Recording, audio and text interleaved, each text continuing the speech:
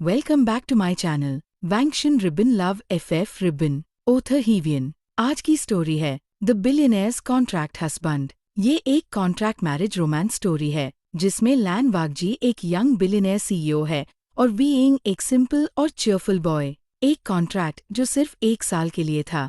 क्या वही कॉन्ट्रैक्ट उनकी जिंदगी बदल देगा? चलिए स्टोरी शुरू करते हैं। मेन कैरेक्टर्स: लैन वागजी, लैन ग्रुप का CEO, young billionaire, cold and reserved luxury lifestyle, private jets, luxury cars, business empire. Being cheerful, kind hearted, hard-working, simple life. Lan Shichan, Lan Wagji का बड़ा भाई, gentle and elegant vice president of Lan Group. Jiang Chung, being का best friend, protective, short-tempered, loyal. Story starts. Marriage registration office.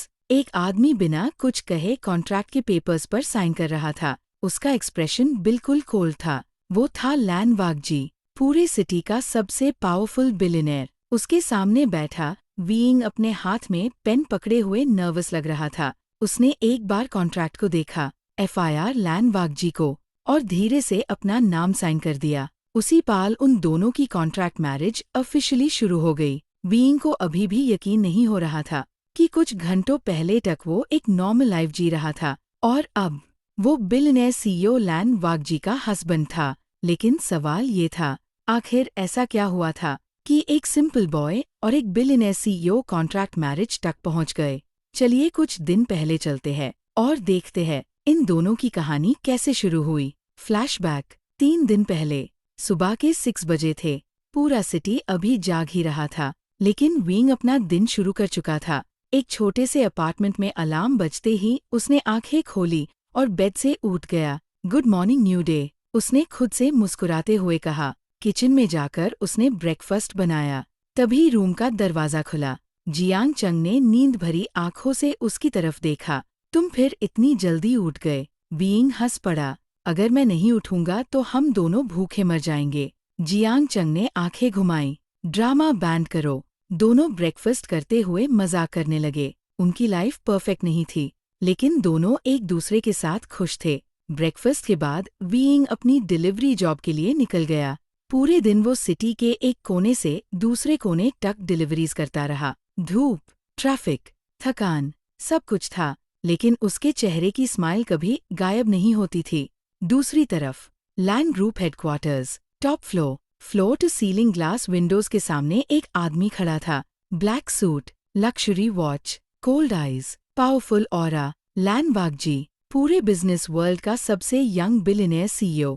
उसकी एक meeting खत्म हुई ही थी कि दूसरी शुरू हो गई। सर, न्यूयॉर्क प्रोजेक्ट अप्रूव्ड हो गया। सर, सिंगापुर इन्वेस्टर्स आपका वेट कर रहे हैं। सर, चेयरमैन आपसे मिलना चाहते हैं। लैन वागजी ने सिर्फ एक बार सिर हिला दिया। उसकी जिंदगी में सिर्फ काम था, बिजनेस था, सक्सेस था, लेकिन खुशी वो शायद कहीं खो चुकी थी। शाम को वीइंग अपनी लास्ट डिलीवरी लेकर एक लक्जरी होटल पहुंचा। उसने ऐसी जगह पहले कभी नहीं देखी थी। Golden lights, luxury cars, rich people, सब कुछ किसी मूवी जैसा लग रहा था। वीइंग बस हैरानी से सब देख ही रहा था कि अचानक एक ब्लैक लक्जरी कार उसके सामने आकर रुकी। होटल स्टाफ तुरंत सीधे खड़े हो गए। सबके चेहरे पर रिस्पेक्ट नजर आ रही थी। कार का दूर खुला और बाहर निकला लैन वागजी। वीइंग की नज़र उस पर टिक गई। उसने पहली बार किसी को इतना परफेक्ट देखा था, लेकिन उसे बिल्कुल नहीं पता था कि बहुत जल्द ये आदमी उसकी जिंदगी का सबसे बड़ा हिस्सा बनने वाला था। उस रात वीइंग घर लौट आया, लेकिन पता नहीं क्यों उसके दिमाग में बार बार वही चेहरा आ रहा था। कोल्ड एक्सप्रेशन, शार्प आइज और वो पावरफुल ऑरा। लैन वागजी, जियांग चंग ने उसे ख्यालों में खोया देखा। क्या हुआ? किसी रिच प्रिंस से प्यार हो गया क्या? वीइंग ने कुशन उसकी तरफ फेंक दिया। बिल्कुल नहीं। दोनों हंस पड़े। लेकिन उसी वक्त लैन मैंशन, चेयरमैन लैन डाइनिंग टेबल पर बैठे थे। उनके सामने लैन वागजी खामोशी से कॉफी पी रहा था। वागजी, मैंने तुम्हारे लिए एक मैरिज कैंडिडेट चूज किया है। लैन वागजी ने बिना एक्सप्रेशन के उनकी तरफ देखा। मुझे शादी नहीं करनी। चेयरमैन मुस्कुराए। ये तुम पिछले 5 साल से बोल रहे हो और मैं पिछले 5 साल से इग्नोर कर रहा हूँ। लैन वागजी ने कप टेबल पर रख दिया। मीटिंग खत्म, मैं जा रहा हूँ। चेयरमैन ने अचानक एक फाइल उसके सामने रख दी। ये देख लो। लैन वागजी ने फाइल खोली। अंदर एक फोटो थी। एक लड़का जो धूप में खड़ा मुस्कुरा रहा था। Simple clothes, bright smile, beautiful eyes, Being. Lan Wagji कुछ सेकंड्स तक फोटो देखता रहा, फिर फाइल बंद कर दी। इंटरेस्टिंग, ये शब्द उसके मुंह से बहुत कम निकलता था। चेयरमैन के चेहरे पर मुस्कान आ गई। तो तुम मना नहीं कर रहे? लैन वागजी छुप रहा और उसकी खामोशी ही जवाब थी। अगली सुबह बीइंग डिलीवरी कर रहा था, तभी उसका फोन बाजा। Unknown number. Hello mister Being. जी, हम लैन ग्रुप से बोल रहे हैं। चेयरमैन लैन आपसे मिलना चाहते हैं। बीइंग रुक गया। लैन ग्रुप, वही कंपनी जो पूरे कंट्री की सबसे पावरफुल कंपनीज में से एक थी। मुझसे क्यों? ये हम नहीं बता सकते। आपको एड्रेस भेज दिया जाएगा। कॉल कट हो गई। बीइंग शॉक में खड़ा रह गया। जियांग चंग को कॉल करते ही उसने सब बता दिया। लैन ग्रुप, चेयरमैन, मीटिंग। जियांग चंग भी हैरान रह गया। तुमने कोई क्राइम तो नहीं किया? बीइंग चिल्लाया। बिल्कुल नहीं, लेकिन दोनों के दिमाग में एक ही सवाल था। आखिर लैन ग्रुप को बीइंग से क्या काम था? और सबसे बड़ा सवाल, क्या बीइंग की जिंदगी हमेशा के लिए बदलने वाली थी? तो अब बीइंग के दिमाग में सिर्फ एक ही बात घूम रही थी। लैन ग्रुप को उससे क्या काम हो सकता था? अगली सुबह वो दिए गए एड्रेस पर पहुंच गया, लेकिन जैसे ही उसने सामने देखा, उसकी आंखें बड़ी हो गई। ये घर है या पैलेस? उसके सामने एक बहुत बड़ा मैंशन खड़ा था। गेट से लेकर फाउंटेन तक सब कुछ इतना एक्सपेंसिव लग रहा था कि बीइंग को अपने शूज तक सस्ते लगने लगे। गार्ड उससे अंदर ले गया। बीइंग हर थोड़ी देर बाद किसी ना किसी चीज को देखकर हैरान हो रहा था। इस शैंडलियर की प्राइस में मेरा अपार्टमेंट आ जाए। इस सोफा की प्राइस में 2 अपार्टमेंट आ जाए। ये लोग सांस भी लक्जरी वाली लेते होंगे। एक मेड उसकी बातें सुनकर हंसी रोकने लगी। कुछ देर बाद बीइंग को एक ऑफिस रूम में ले जाया गया। वहाँ चेयरमैन लैन बैठे थे। Hello mister being. Hello. Being सीधा बैठ गया, लेकिन अंदर से उसकी हालत खराब थी। चेयरमैन ने उससे कुछ नॉर्मल क्वेश्चंस पूछे। Family, job, daily life. Being honestly जवाब देता गया। कुछ देर बाद चेयरमैन मुस्कुराए। तुम वैसे ही हो जैसे रिपोर्ट में लिखा था। बीइंग हैरान हो गया। रिपोर्ट? नथिंग। चेयरमैन ने बात बादल दी। फिर उन्होंने टेबल पर एक फाइल रखी। मैं तुम्हें एक ऑफर देना चाहता हूँ। बीइंग ने फाइल खोली और अगले हाई सेकंड उसका मुंह खुल गया। Contract marriage. रूम में कुछ सेकंड्स की खामोशी छा गई। बीइंग ने फाइल को देखा, फिर चेयरमैन को देखा, फिर दोबारा फाइल को देखा। मैं शायद गलत रूम में आ गया हूँ। चेयरमैन हंस पड़े। नहीं, तुम बिल्कुल सही रूम में आए हो। मतलब शादी? जी। कॉन्ट्रैक्ट वाली? जी। मेरे साथ? जी। बीइंग ने पानी का ग्लास एक ही सांस में खत्म कर दिया। चेयरमैन को उसका रिएक्शन काफी एंटरटेनिंग लग रहा था। पर किससे? चेयरमैन जवाब दी नहीं वाले दा। तभी ऑफिस का दूर खुला। रूम में एक लंबा सा फिगर अंदर आया। Black suit, cold face, perfect posture. वही आदमी जिसे बीइंग ने होटल के बाहर देखा था। बीइंग तुरंत सीधा बैठ गया। चेयरमैन मुस्कुराए। Perfect timing. फिर उन्होंने दोनों की तरफ देखा। बीइंग, ये है लैन वागजी, और वागजी ये है तुम्हारे फ्यूचर हस्बैंड कैंडिडेट। इस बार शॉक सिर्फ बीइंग को नहीं लगा। लैन वागजी भी कुछ सेकंड्स के लिए चुप हो गया, क्योंकि जिस कैंडिडेट की फाइल उसने देखी थी, उसने एक्सपेक्ट नहीं किया था कि रियल लाइफ में वो और भी ज्यादा क्यूट निकलेगा। रूम में कुछ देर तक अजीब सी खामोशी छाई रही। बीइंग कभी चेयरमैन को देख रहा था, कभी लैन वागजी को, और कभी कॉन्ट्रैक्ट फाइल को। उससे लग रहा था शायद वो कोई स्ट्रेंज ड्रीम देख रहा है। लैन वागजी ने आकार चेयरमैन के सामने वाली चेयर पर बैठ गया। उसकी नजर एक पाल के लिए बीइंग पर पड़ी और फिर कॉन्ट्रैक्ट फाइल पर। चेयरमैन को दोनों का रिएक्शन देखकर मजा आ रहा था। तुम दोनों ऐसे बिहेव कर रहे हो जैसे मैंने दुनिया की सबसे शॉकिंग बात कह दी हो। बीइंग ने तुरंत हाथ उठा दिया, क्योंकि ये दुनिया की सबसे शॉकिंग बात ही है। चेयरमैन हंस पड़े। लैन वागजी ने पहली बार ध्यान से बीइंग को देखा और सोचा, ये लड़का हर बात दिल में रखने की जगह सीधा मुंह पर बोल देता है। चेयरमैन ने कॉन्ट्रैक्ट उनकी तरफ सरकाया। 1 साल की कॉन्ट्रैक्ट मैरिज, बस 1 साल। उसके बाद तुम दोनों अपनी मर्जी से अलग हो सकते हो। बीइंग ने तुरंत पूछा, और अगर 1 हफ्ते में ही हम एक दूसरे को पसंद ना करें तो? चेयरमैन ने मुस्कुराते हुए जवाब दिया, फिर भी 1 साल। बीइंग ने कॉन्ट्रैक्ट को देखा। ये कॉन्ट्रैक्ट है या जेल सेंटेंस? इस बार चेयरमैन के साथ साथ लैन वागजी के लिप्स भी हल्की सी स्माइल में बादल गए, लेकिन इतनी हल्की कि किसी ने नोटिस नहीं की। बीइंग अभी भी कंफ्यूज था, लेकिन एक सवाल उसके दिमाग में घूम रहा था, आपको मेरे जैसा नॉर्मल इंसान ही क्यों मिला? चेयरमैन ने सीधा जवाब दिया, क्योंकि मुझे तुम पसंद आए। बीइंग ब्लिंक करने लगा, बस इतनी सी बात। जी। बीइंग को लग रहा था रिच लोग वाकई अलग होते हैं। इधर लोग दोस्ती करने से पहले 100 बार सोचते हैं, और यहाँ शादी का डिसीजन पसंद आने पर हो रहा है। चेयरमैन फिर किसी कॉल के लिए बाहर चले गए। अब रूम में सिर्फ बीइंग और लैन वागजी बचे थे। खामोशी फिर वापस आ गई। बीइंग ने धीरे से लैन वागजी की तरफ देखा। लैन वागजी ने भी उसी वक्त उसकी तरफ देखा। दोनों की नजरें मिल गई, और बीइंग ने तुरंत नजर हटा ली। फिर उसने ऑकवर्ड स्माइल दी। हाय, लैन वागजी ने सिर हिला दिया। हेलो, बस इतना ही। बीइंग को यकीन नहीं हुआ, ये आदमी 2 शब्द बोलने के भी पैसे लेता है क्या? लैन वागजी ने उसकी तरफ देखा। मैंने सुन लिया। बीइंग का चेहरा तुरंत लाल हो गया। मैंने तो धीरे बोला था। लैन वागजी ने पहली बार क्लियरली स्माइल की, और उसी पाल बीइंग को समझ आ गया, ये बिलियनर उतना बोरिंग नहीं है जितना पहली नजर में लगता है। बीइंग को अभी भी यकीन नहीं हो रहा था कि लैन वागजी ने स्माइल की थी। छोटी सी थी, लेकिन थी, और सच कहे तो उस स्माइल ने उसके कोल्ड फेस को और भी हैंडसम बना दिया था। बीइंग ने तुरंत अपने दिमाग को दांता।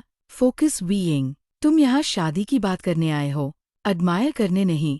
तभी चेयरमैन वापस रूम में आ गए। तो बच्चों डिसीजन लिया। बीइंग ने कॉन्ट्रैक्ट की तरफ देखा, फिर चेयरमैन की तरफ, फिर लैन वागजी की तरफ, और फिर दोबारा कॉन्ट्रैक्ट की तरफ।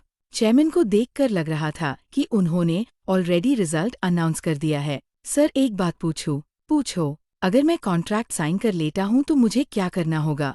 चेयरमैन ने सीधा जवाब दिया, सिर्फ लैन वागजी के हस्बैंड बनकर रहना होगा। बीइंग ने तुरंत कहा, सिर्फ?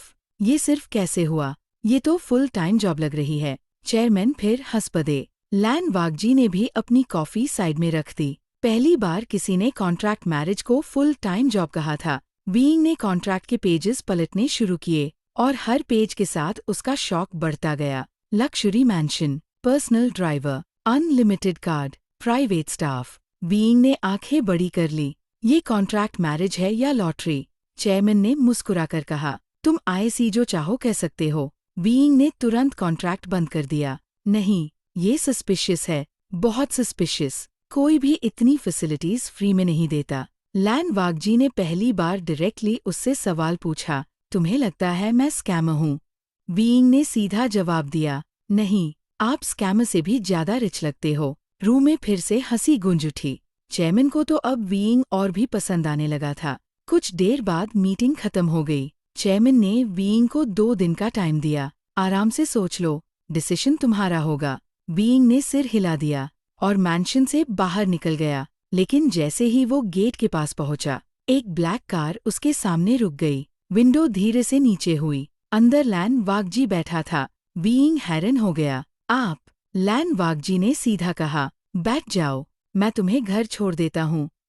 बीइंग ने आसपास देखा, फिर कार को देखा, फिर खुद को देखा, और धीरे से बोला, मुझे लग रहा है मेरी लाइफ बहुत जल्दी अपग्रेड हो रही है। इस बार लैन वागजी अपनी हंसी नहीं रोक पाया, और बीइंग को पहली बार समझ आया कि इस कोल्ड बिलियनेयर के अंदर कहीं ना कहीं एक नॉर्मल इंसान भी छुपा हुआ है। बीइंग पूरे रास्ते कार की विंडो से बाहर देखता रहा। सच कहे तो उससे अभी भी लग रहा था कि ये सब एक सपना है। एक तरफ वो जो डिलीवरी और कॉफी शॉप की जॉब करता था, और दूसरी तरफ लैन वागजी जो शायद पूरे सिटी का सबसे रिच इंसान था। कार के अंदर खामोशी थी, और बीइंग को खामोशी बिल्कुल पसंद नहीं थी।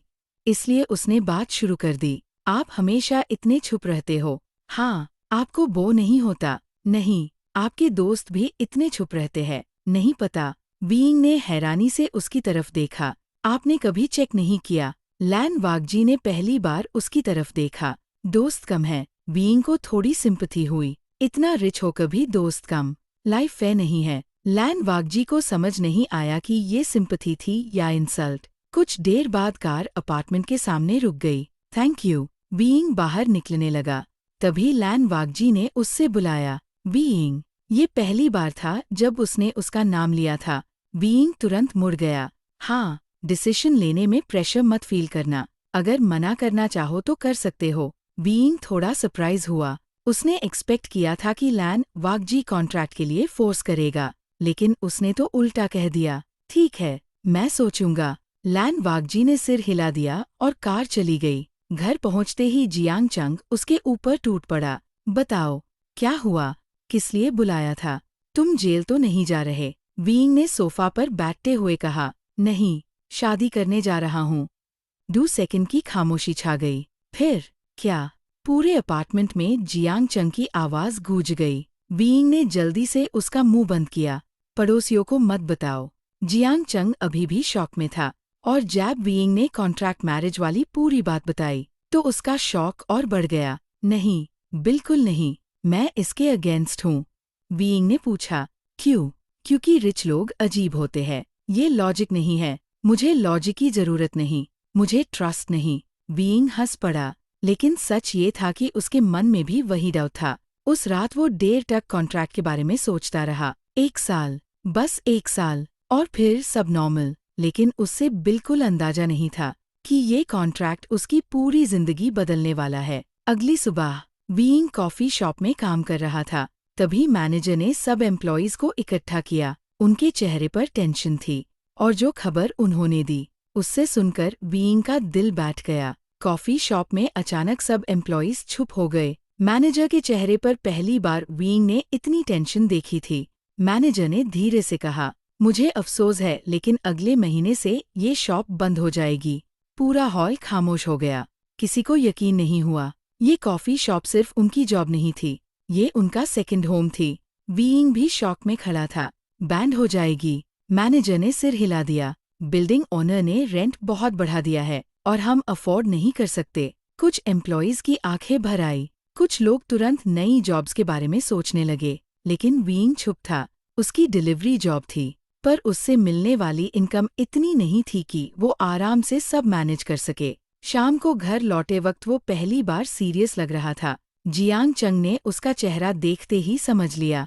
क्या हुआ? बीइंग ने कॉफी शॉप वाली बात बता दी। जियांग चंग भी कुछ देर के लिए चुप हो गया। ये बुरी न्यूज़ थी, बहुत बुरी। दोनों कुछ देर तक साइलेंस में बैठे रहे। फिर जियांग चंग ने कहा, वैसे मुझे अब भी कॉन्ट्रैक्ट मैरिज वाली बात पसंद नहीं है, लेकिन डिसीजन तुम्हारा होगा। मैं जो भी डिसाइड करोगे उसमें तुम्हारे साथ हूँ। बीइंग मुस्कुराया, इसीलिए तो तुम मेरे बेस्ट फ्रेंड हो। अगली सुबह Lan group headquarters, top floor office. Lan Wakji अपने लैपटॉप पर काम कर रहा था। तभी लैन शिचेन अंदर आया। दादाजी ने बताया, तुमने बीइंग को मना करने की फ्रीडम दे दी। लैन वाकजी ने फाइल से नजर नहीं उठाई। हाँ, लैन शिचेन हंस पड़ा। मुझे लगता है तुम एक्चुअली चाहते हो कि वो मना ना करे। इस बार लैन वाकजी ने नजर उठाई और कुछ नहीं बोला। लैन शिचेन और ज्यादा मुस्कुरा दिया। इंटरेस्टिंग। दूसरी तरफ बीइंग अपने अपार्टमेंट में कॉन्ट्रैक्ट को देख रहा था। उसने एक गहरी सांस ली, फिर अपना फोन उठाया और दिए गए नंबर पर कॉल लगा दी। 2 रिंग के बाद कॉल कनेक्ट हो गई। हेलो। दूसरी तरफ लैन वाकजी था। बीइंग अचानक नर्वस हो गया। हेलो, मेन बीइंग बोल रहा हूँ। मुझे कॉन्ट्रैक्ट के बारे में बात करनी है। कुछ सेकंड्स की खामोशी हुई। फिर लैन वाकजी ने सीधा पूछा, कहाँ हो? मैं तुम्हें लेने आ रहा हूँ। कॉल कट हो गया। बीइंग फोन को देखता रह गया। ये आदमी फोन रखता है या अटैक करता है? लेकिन उसके चेहरे पर हल्की सी स्माइल आ गई, क्योंकि पहली बार उससे लग रहा था कि शायद ये कॉन्ट्रैक्ट मैरिज उतनी स्कैरी नहीं होगी जितनी उसने सोची थी। 1 घंटे बाद बीइंग अपार्टमेंट के बाहर खड़ा था। उसने सोचा था कोई ड्राइवर आएगा या कोई लक्जरी कार भेजी जाएगी, लेकिन जब एक ब्लैक कार उसके सामने रुकी तो उसने देखा ड्राइवर सीट पर खुद लैन वाकजी बैठा था। बीइंग की आंखें थोड़ी बड़ी हो गई। आप खुद आए? लैन वाकजी ने सीधा जवाब दिया। हाँ। बीइंग ने धीरे से कहा, आपके पास ड्राइवर नहीं है क्या? लैन वाकजी ने उसकी तरफ देखा।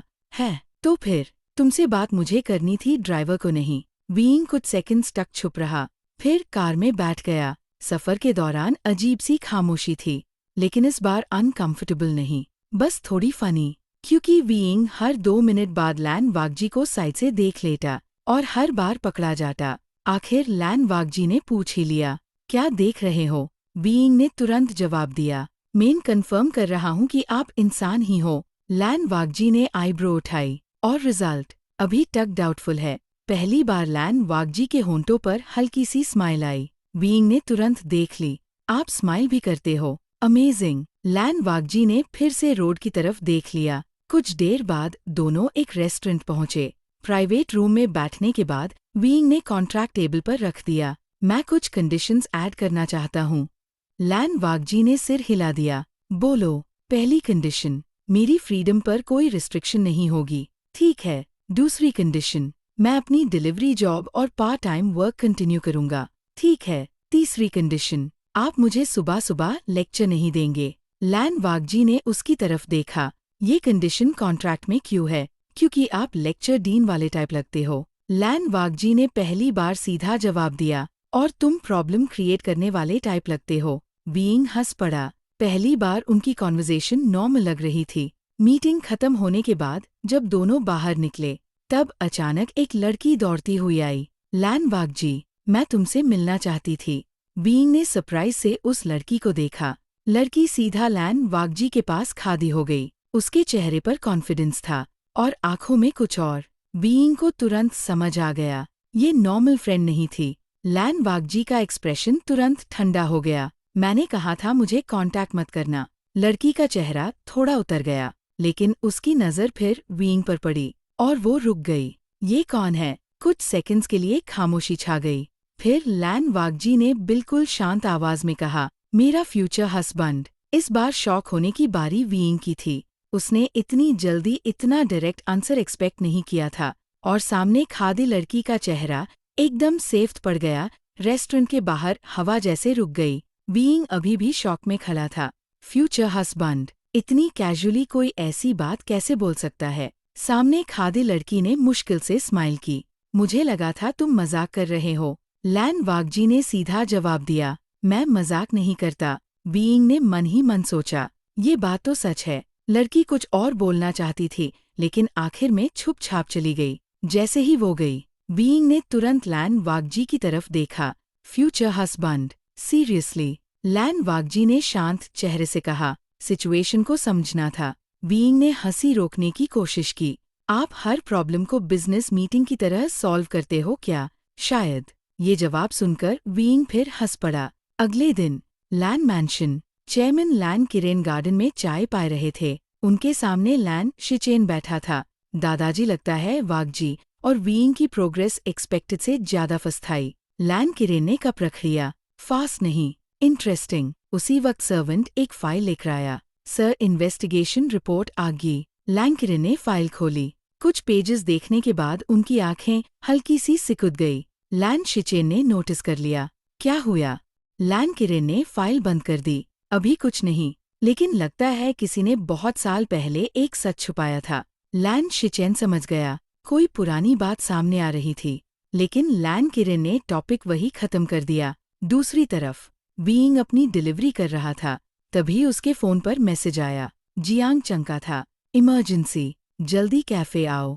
बीइंग बिना देरी किए वहां पहुंच गया, लेकिन अंदर का सीन देखकर उसकी हंसी निकल गई। लैन शिचेन और जियांग चंग एक ही टेबल पर बैठे थे और दोनों इक्वली ऑकवर्ड लग रहे थे। बीइंग ने कुर्सी खींचकर बैठते हुए पूछा, मेन डिस्टर्ब तो नहीं कर रहा? जियांग चंग ने तुरंत कहा, बिल्कुल कर रहे हो। लैन शिचेन हल्का सा मुस्कुरा दिया, नहीं, तुम परफेक्ट टाइम पर आए हो। बीइंग ने दोनों को देखा, फिर अचानक उसके चेहरे पर नॉटी स्माइल आ गई। ओह, अब समझा, यहाँ कुछ इंटरेस्टिंग चल रहा है। जियांग चंग ने तुरंत उसके पैर पर लात मार दी। चुप बैठो। लेकिन बीइंग को मजा आ रहा था, और पहली बार लैन शिचेन को भी, क्योंकि जियांग चंग का एम्बेरेस्ड चेहरा सच में काफी क्यूट लग रहा था। कैफे से बाहर निकलते ही जियांग चंग ने बीइंग को घूरा। तुम्हें हर जगह ड्रामा करना जरूरी लगता है क्या? बीइंग ने सीधा जवाब दिया, बिल्कुल, ये मेरी नेचुरल टैलेंट है। जियांग चंग ने सिर पकड़ लिया। पीछे खड़ा लैन शिचेन चुपचाप दोनों को देख रहा था। उसके चेहरे पर हल्की सी स्माइल थी। बीइंग ने नोटिस कर ली। अच्छा, तो लैन शिचेन भी स्माइल करते हैं। आज बहुत रेयर चीजें देखने को मिल रही है। लैन शिचेन हंस पड़ा। तुम दोनों सच में इंटरेस्टिंग हो। जियांग चंग ने तुरंत कहा, मैं नहीं हूँ, सिर्फ ये है। वीइंग ने फेक सैड फेस बना लिया। दोस्ती का कोई वैल्यू ही नहीं रहा। तीनों की बातें चल ही रही थी कि अचानक एक लक्जरी कार कैफे के सामने रुक गई। दूर खुला और लैन वागजी बाहर निकला। वीइंग ने सरप्राइज से पूछा, आप यहाँ? लैन वागजी सीधा उसके पास आया। तुम्हारा फोन ऑफ था। वीइंग ने पॉकेट से फोन निकला। बैटरी खत्म। लैन वागजी ने बस सिर हिला दिया। जियांग चंग और लैन शिचेन दोनों चुपचाप ये सीन देख रहे थे। कुछ सेकंड्स बाद लैन शिचेन ने धीरे से जियांग चंग से कहा, मुझे लगता है वागजी को खुद भी नहीं पता कि वो कितनी फिक्र करता है। जियांग चंग ने भी धीरे से जवाब दिया, मुझे लगता है वीइंग को भी नहीं पता। उधर वीइंग कार के पास खड़ा था। वैसे आप मुझे ढूंढने खुद आए? लैन वागजी ने सीधा जवाब दिया, हाँ। क्यों? कुछ देर खामोशी रही। फिर लैन वागजी बोला, तुम इम्पोर्टेंट हो। वीइंग का दिल एक सेकंड के लिए रुक सा गया। ये शायद कॉन्ट्रैक्ट मैरिज थी, लेकिन उससे पहली बार लगा कि लैन वागजी की बात सिर्फ कॉन्ट्रैक्ट वाली नहीं थी। उस रात लैन मैंशन चेयरमैन लैन किरेन अपने स्टडी रूम में बैठे थे। उनके सामने वही पुरानी इन्वेस्टिगेशन फाइल खुली थी। एक फोटो टेबल पर राखी थी।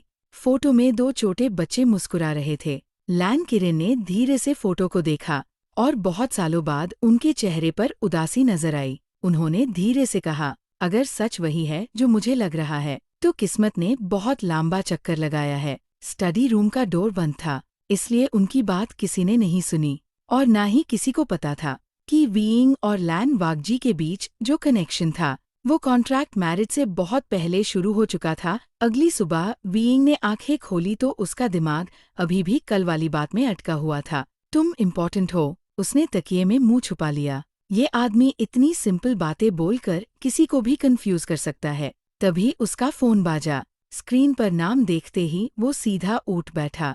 लैन वागजी कॉलिंग। वीइंग ने कॉल रिसीव की। हेलो, नीचे आओ। वीइंग ने हैरानी से पूछा, क्यों? मेन वेट कर रहा हूँ। Call cut. वीइंग ने फोन को देखा। ये आदमी पूरी बात कब करेगा? 10 मिनट बाद वो नीचे पहुंचा और एक्सपेक्टेड की तरह लैन वागजी कार के साथ खड़ा था। वीइंग ने हाथ बांध लिए। आज क्या इमरजेंसी है? लैन वागजी ने एक शॉपिंग बैग उसकी तरफ बढ़ा दिया। ये क्या है? खुद देख लो। वीइंग ने बैग खोला। अंदर एक्सपेंसिव सूट्स थे, बहुत एक्सपेंसिव। वीइंग की आंखें फाइल गई। ये सब मेरे लिए? हाँ, पर क्यों? लैन वागजी ने शांत आवाज में कहा, कल फैमिली डिनर है और तुम मेरे साथ आ रहे हो। वीइंग ने ड्रामा करते हुए कहा, मुझे पहले वार्निंग देनी चाहिए थी। मेन मेंटली प्रिपेयर हो जाता। लैन वागजी ने उसकी तरफ देखा। अभी भी एक दिन है, प्रिपेयर हो जाओ। शाम को लैन मैंशन डाइनिंग हॉल में पूरी लैन फैमिली मौजूद थी। वीइंग थोड़ा नर्वस था, लेकिन उसने स्माइल नहीं छोड़ी। लैन शिचेन ने उसका वेलकम किया और चेयरमैन लैन किरेन भी सरप्राइजिंगली खुश नजर आ रहे थे। डिनर शुरू हुआ। सब कुछ ठीक चल रहा था। तभी एक मिडिल एज्ड आदमी हॉल में आया। उसकी एंट्री होते हाई एटमॉस्फेयर थोड़ा बादल गया। वीइंग ने नोटिस कर लिया। ये कौन है? लैन शिचेन का चेहरा हल्का सा सीरियस हो गया। ये मेरे अंकल है, लैन जेन। लैन जेन ने वीइंग को ऊपर से नीचे तक देखा। तो ये है फ्यूचर हस्बैंड। उसकी आवाज में हल्का सा मजाक था, जो वीइंग को पसंद नहीं आया, लेकिन उसने स्माइल बनाए रखी। जी मैं ही हूँ। लैन जेन ने फिर कहा, इंटरेस्टिंग। मुझे लगा था वागजी किसी और को चूज करेगा।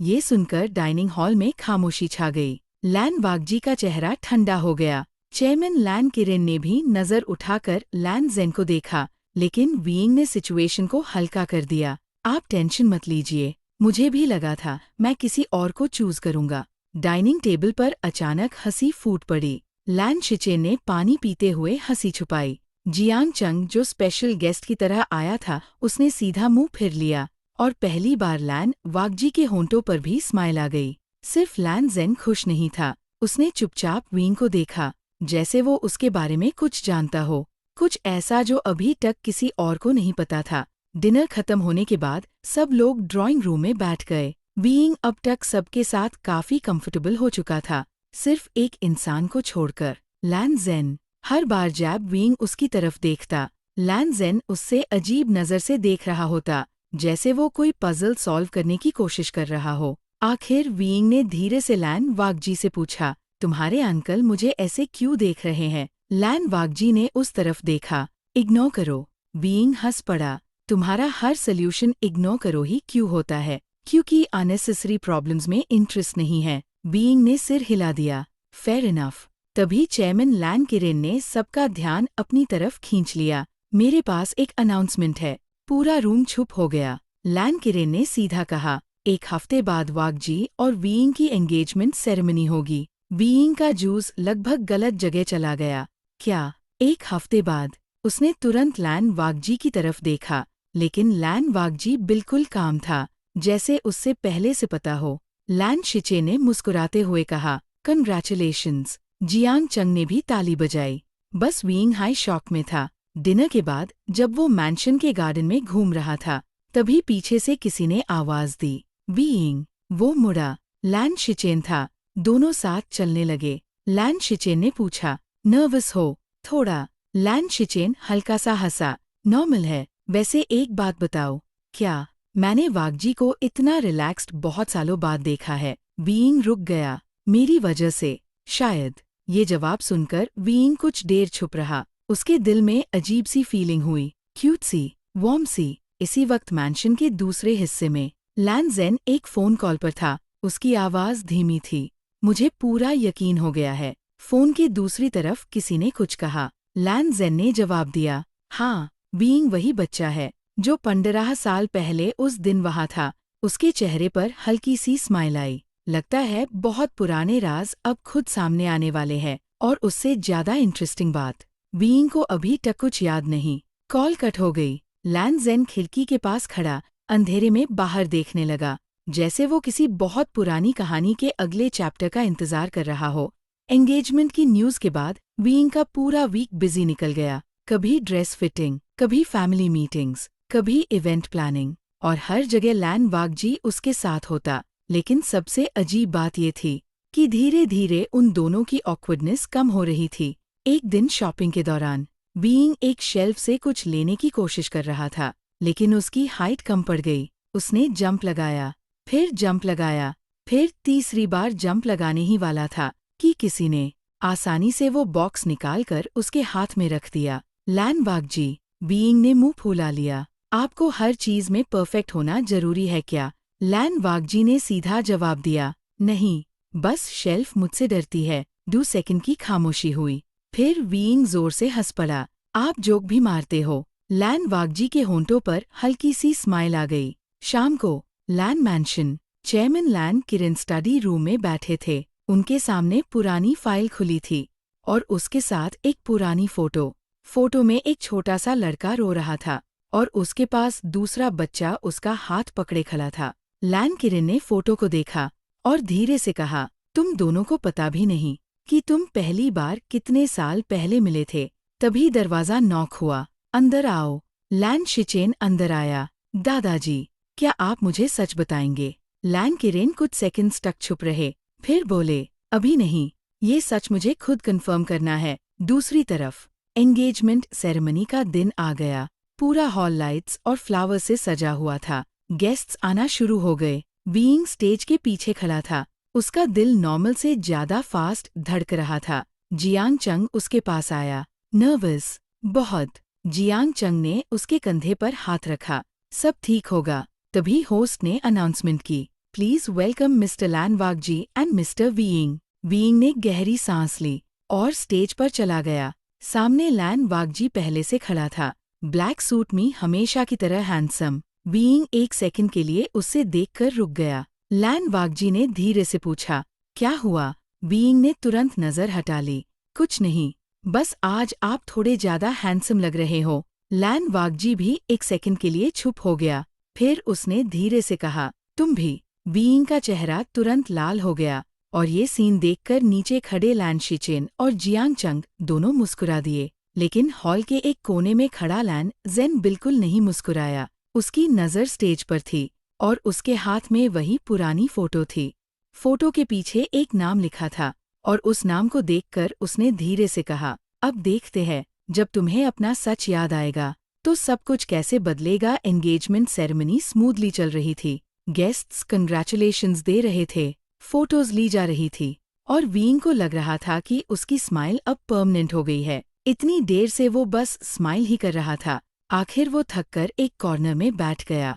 तभी एक वेटर जूस लेकर आया। सर, बीइंग ने थैंक यू कहा और ग्लास ले लिया, लेकिन जैसे ही उसने एक सिप ली, उसकी नज़र हॉल के दूसरे साइड पर पड़ी। एक छोटा सा बॉय फ्लावर्स के पास खड़ा था। कुछ सेकंड्स के लिए बीइंग को अजीब सा फील हुआ, जैसे उसने ये सीन पहले भी देखा हो। उसके दिमाग में अचानक एक फ्लैश हुआ। एक छोटा सा गार्डन, बारिश और किसी बच्चे की आवाज़, मत रो, मैं यहाँ हूँ। फ्लैश इतना जल्दी आया कि बीइंग का हाथ हिल गया। ग्लास लगभग गिर ही गया था, लेकिन किसी ने पकड़ लिया। लैन वाकजी, तुम ठीक हो? बीइंग ने आंखें झपकाई। हाँ, बस थोड़ा चक्कर सा आया, लैन वाकजी ने तुरंत कहा। बैठ जाओ, मेन डॉक्टर बुलाता हूँ। बीइंग हंस पड़ा। मैं मर नहीं रहा, डॉक्टर की जरूरत नहीं है। लैन वाकजी कुछ बोलने ही वाला था, तभी लैन शिचेन आ गया और उसके साथ जियांग चंग भी। क्या हुआ? सब ठीक है, बीइंग ने स्माइल करते हुए कहा। मैं बिल्कुल ठीक हूँ, बस शायद एक्साइटमेंट ज्यादा हो गई, जियांग चंग ने मजाक में कहा। या फिर तुम फाइनली मैच्योर हो रहे हो, बीइंग ने तुरंत जवाब दिया। ये इम्पॉसिबल है, सब हंस पड़े। थोड़ी देर बाद सेरेमनी ऑफिशियली खत्म हो गई। गेस्ट्स एक एक करके जाने लगे। रात को लैन मैंशन के गार्डन में बीइंग अकेला बेंच पर बैठा था। आज का दिन उसके लिए बहुत बड़ा था। तभी कोई उसके पास आकर बैठ गया। लैन वाकजी। कुछ देर दोनों छुप रहे, फिर बीइंग ने पूछा, तुम इतने शांत कैसे रहते हो? लैन वाकजी ने आसमां की तरफ देखा। पता नहीं, शायद आदत है। बीइंग हल्का सा हंसा। मुझे भी सिखाओ, मेरा दिमाग एक मिनट भी चुप नहीं रहता। लैन वाकजी ने उसकी तरफ देखा। मुझे पता है, बीइंग ने फेक शॉक दिखाया। ये इंसल्ट था क्या?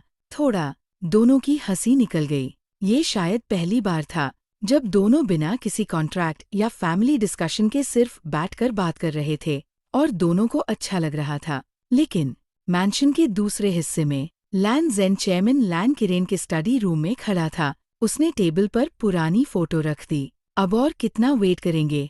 लैन किरेन ने फोटो को देखा और गहरी सांस ली। अभी नहीं, लैन जेन ने धीरे से कहा, लेकिन मेमोरीज वापस आनी शुरू हो गई है। ये सुनकर लैन किरेन की नज़र तुरंत उठी।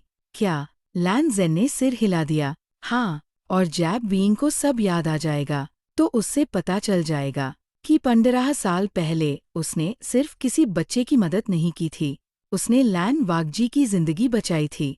हाय एवरीवन, स्टोरी कंटिन्यू करने से पहले एक छोटी सी क्लैरिफिकेशन करनी है। लैन वाकजी और बीइंग की कॉन्ट्रैक्ट मैरिज पेपर्स साइनिंग दिखाई गई थी। उसके बाद स्टोरी प्रेजेंट टाइमलाइन में ही चल रही है। कुछ पार्ट्स में टाइमलाइन और फैमिली रिलेशंस को लेकर थोड़ा कंफ्यूजन हो गया था, इसलिए मैं पहले उसे क्लियर करना चाहती हूँ। लैन किरेन लैन फैमिली के दादाजी है और लैन जेन लैन वाकजी और लैन शिचेन के अंकल है। एंगेजमेंट सेरेमनी दिखाई गई थी, वो उनके रिलेशनशिप की पब्लिक अनाउंसमेंट थी। और अब 2 दिन बाद लैन वाकजी और बीइंग की ऑफिशियल वेडिंग सेरेमनी होने वाली है। स्टोरी स्टार्ट करते हैं 2 दिन बाद। लैन मैंशन आज रोशनी से जगमगा रहा था। पूरे सिटी के बेड बिजनेसमैन और फैमिलीज वेडिंग सेरेमनी में शामिल होने वाले थे। बीइंग अपने रूम में बैठा मिरर को देख रहा था। उसने गहरी सांस ली। पहले कॉन्ट्रैक्ट मैरिज, फिर पब्लिक अनाउंसमेंट और अब एक्चुअल वेडिंग सेरेमनी। मेरी लाइफ सच में मूवी बन गई है। उसी वक्त जियांग चंग रूम में आया। मूवी नहीं, कॉमेडी मूवी। बीइंग ने तुरंत कुशन उसकी तरफ फेंका। दोनों हंस पड़े। नीचे हॉल में लैन वाकजी ब्लैक वेडिंग सूट में खड़ा था। उसका चेहरा हमेशा की तरह काम था, लेकिन लैन शिचेन समझ गया था कि आज उसका छोटा भाई नॉर्मल से ज्यादा नर्वस है। लैन शिचेन ने मुस्कुराते हुए कहा, रिलैक्स, शादी तुम्हारी है, इंटरव्यू नहीं। लैन वाकजी ने सीधा जवाब दिया, मैं नर्वस नहीं हूँ। लैन शिचेन हल्का सा हंसा। ठीक है, मैं मान लेता हूँ। थोड़ी देर बाद सेरेमनी शुरू हुई। सबकी नज़र एंट्रेंस पार थी और फिर बीइंग अंदर आया, व्हाइट सूट में। उसके चेहरे पर वही ब्राइट स्माइल थी। लैन वाकजी की नज़र कुछ सेकंड्स के लिए उस पर ही रुक गई। बीइंग उसके पास आकर खड़ा हो गया और धीरे से बोला, आप मुझे ऐसे क्यों देख रहे हो? लैन वाकजी ने बिना नज़र हटाए जवाब दिया, कुछ नहीं, तुम अच्छे लग रहे हो। बीइंग एक सेकंड के लिए चुप हो गया, फिर उसने धीरे से कहा, आज आप भी। सेरेमनी आगे बढ़ी और सबके सामने दोनों ने वेडिंग वोस एक्सचेंज किए। पूरा हॉल तालियों से गूंज उठा। लैन किरेन की आंखों में संतुष्टि थी। लैन शिचेन मुस्कुरा रहा था और जियांग चंग अपने फोन में सीक्रेटली फोटोज ले रहा था। सब कुछ परफेक्ट लग रहा था, लेकिन हॉल के पिछले हिस्से में खड़ा लैन जेन चुपचाप एक पुरानी फोटो देख रहा था। उसने फोटो को बंद किया और धीरे से कहा, बस थोड़ा और वक्त, फिर तुम दोनों को सच पता चल जाएगा और शायद तुम्हारी जिंदगी हमेशा के लिए बादल जाएगी। वेडिंग सेरेमनी के बाद रिसेप्शन शुरू हो गया। पूरा हॉल म्यूजिक और लाफ्ट से भरा हुआ था। वीइंग को लग रहा था कि आज हर दूसरा इंसान उससे कंग्रेचुलेशंस बोल रहा है। उसने थककर एक जूस का ग्लास उठाया और कॉर्नर में जाकर बैठ गया। तभी लैन वागजी उसके पास आया। थक गए? बहुत, वीइंग ने सीधा जवाब दिया। अगर किसी ने मुझे एक और कंग्रेचुलेशंस बोला तो मैं यहीं सो जाऊंगा। लैन वागजी के होंठों पर हल्की सी स्माइल आ गई। तुम सच में अजीब हो। Thank you. ये कॉम्प्लीमेंट था। नहीं, मुझे पता है। दोनों की बात सुनकर पास खड़े वेटर की भी हंसी निकल गई। दूसरी तरफ जियांग चंग बफे टेबल के पास खड़ा था और प्लेट भर रहा था। तभी किसी ने उसके हाथ से प्लेट ले ली। लैन शिचेन, इतना खाना? जियांग चंग ने आईब्रो उठाई। मैं भूखा हूँ। लैन शिचेन ने प्लेट में से एक डेजर्ट उठाया और खुद खा लिया। जियांग चंग शॉक में रह गया। ये मेरा था, अब मेरा है। पहली बार जियांग चंग को किसी ने इतने कॉन्फिडेंस से जवाब दिया था। और अजीब बात ये थी, यूज बुरा नहीं लगा। रिसेप्शन के बाद रात काफी हो चुकी थी। लैन मैंशन के सब गेस्ट्स जा चुके थे। वीइंग अपने नए रूम के बाहर खड़ा था और दूर को देख रहा था। अंदर जाना है, लेकिन अंदर लैन वागजी भी है। उसने धीरे से खुद से कहा, काम डाउन वीइंग, तुम मैरिड हो, ये नॉर्मल है। फिर भी उसका दिल थोड़ा फास्ट धड़क रहा था। उसने दूर खोला। लैन वागजी पहले से रूम में था और एक फाइल देख रहा था। वीइंग ने राहत की सांस ली। अच्छा, आप काम कर रहे हो? लैन वागजी ने उसकी तरफ देखा। हाँ। वीइंग बेड पर बैठ गया। कुछ सेकंड्स की खामोशी हुई। फिर उसने पूछा, आपको कभी लगता है कि सब कुछ बहुत जल्दी हुआ? लैन वागजी ने फाइल बंद कर दी। कभी कभी, वीइंग ने धीरे से मुस्कुराया। मुझे भी, लेकिन मुझे रिग्रेट नहीं है। रूम में कुछ पाल के लिए खामोशी छा गई। लैन वागजी उससे देख रहा था, जैसे उसके शब्दों के बारे में सोच रहा हो। फिर उसने धीरे से कहा, मुझे भी नहीं। वीइंग का चेहरा तुरंत गर्म हो गया। उसने तुरंत पिलो उठाया और मुंह छुपा लिया। लैन वागजी ने पहली बार खुलकर स्माइल की और उस रात दोनों को पता भी नहीं चला कि उनके बीच की दूरी पहले से काफी कम हो चुकी थी। लेकिन मैंशन के स्टडी रूम में लैन किरिन और लैन जेन एक पुरानी डायरी देख रहे थे। डायरी के पहले पेज पर एक नाम लिखा था, WEI यिंग, और उसके नीचे एक पुरानी डेट। लैन जेन ने धीरे से कहा, अब मुझे पूरा यकीन है, ये वही बच्चा है। लैन किरिन ने डायरी बंद कर दी और उनकी आंखों में पहली बार चिंता नजर आई, क्योंकि अगर सच सामने आया तो सिर्फ वीइंग ही नहीं, लैन वागजी भी हमेशा के लिए बादल जाएगा। अगली सुबह वीइंग की आंख देर से खुली। उसने आधी नींद में हाथ बढ़ाया और साइड टेबल से फोन उठाना चाहा, लेकिन उसके हाथ किसी और चीज से टकरा गए। वीइंग ने आंखें खोली और जाम गया। लैन वागजी उसके बिल्कुल पास बैठा था, लैपटॉप पर काम करते हुए। Good morning. वीइंग ने तुरंत कंबल अपने ऊपर खींच लिया। आप मुझे दारा क्यों देते हो? लैन वागजी ने सीधा जवाब दिया, मैं तो कुछ बोला भी नहीं।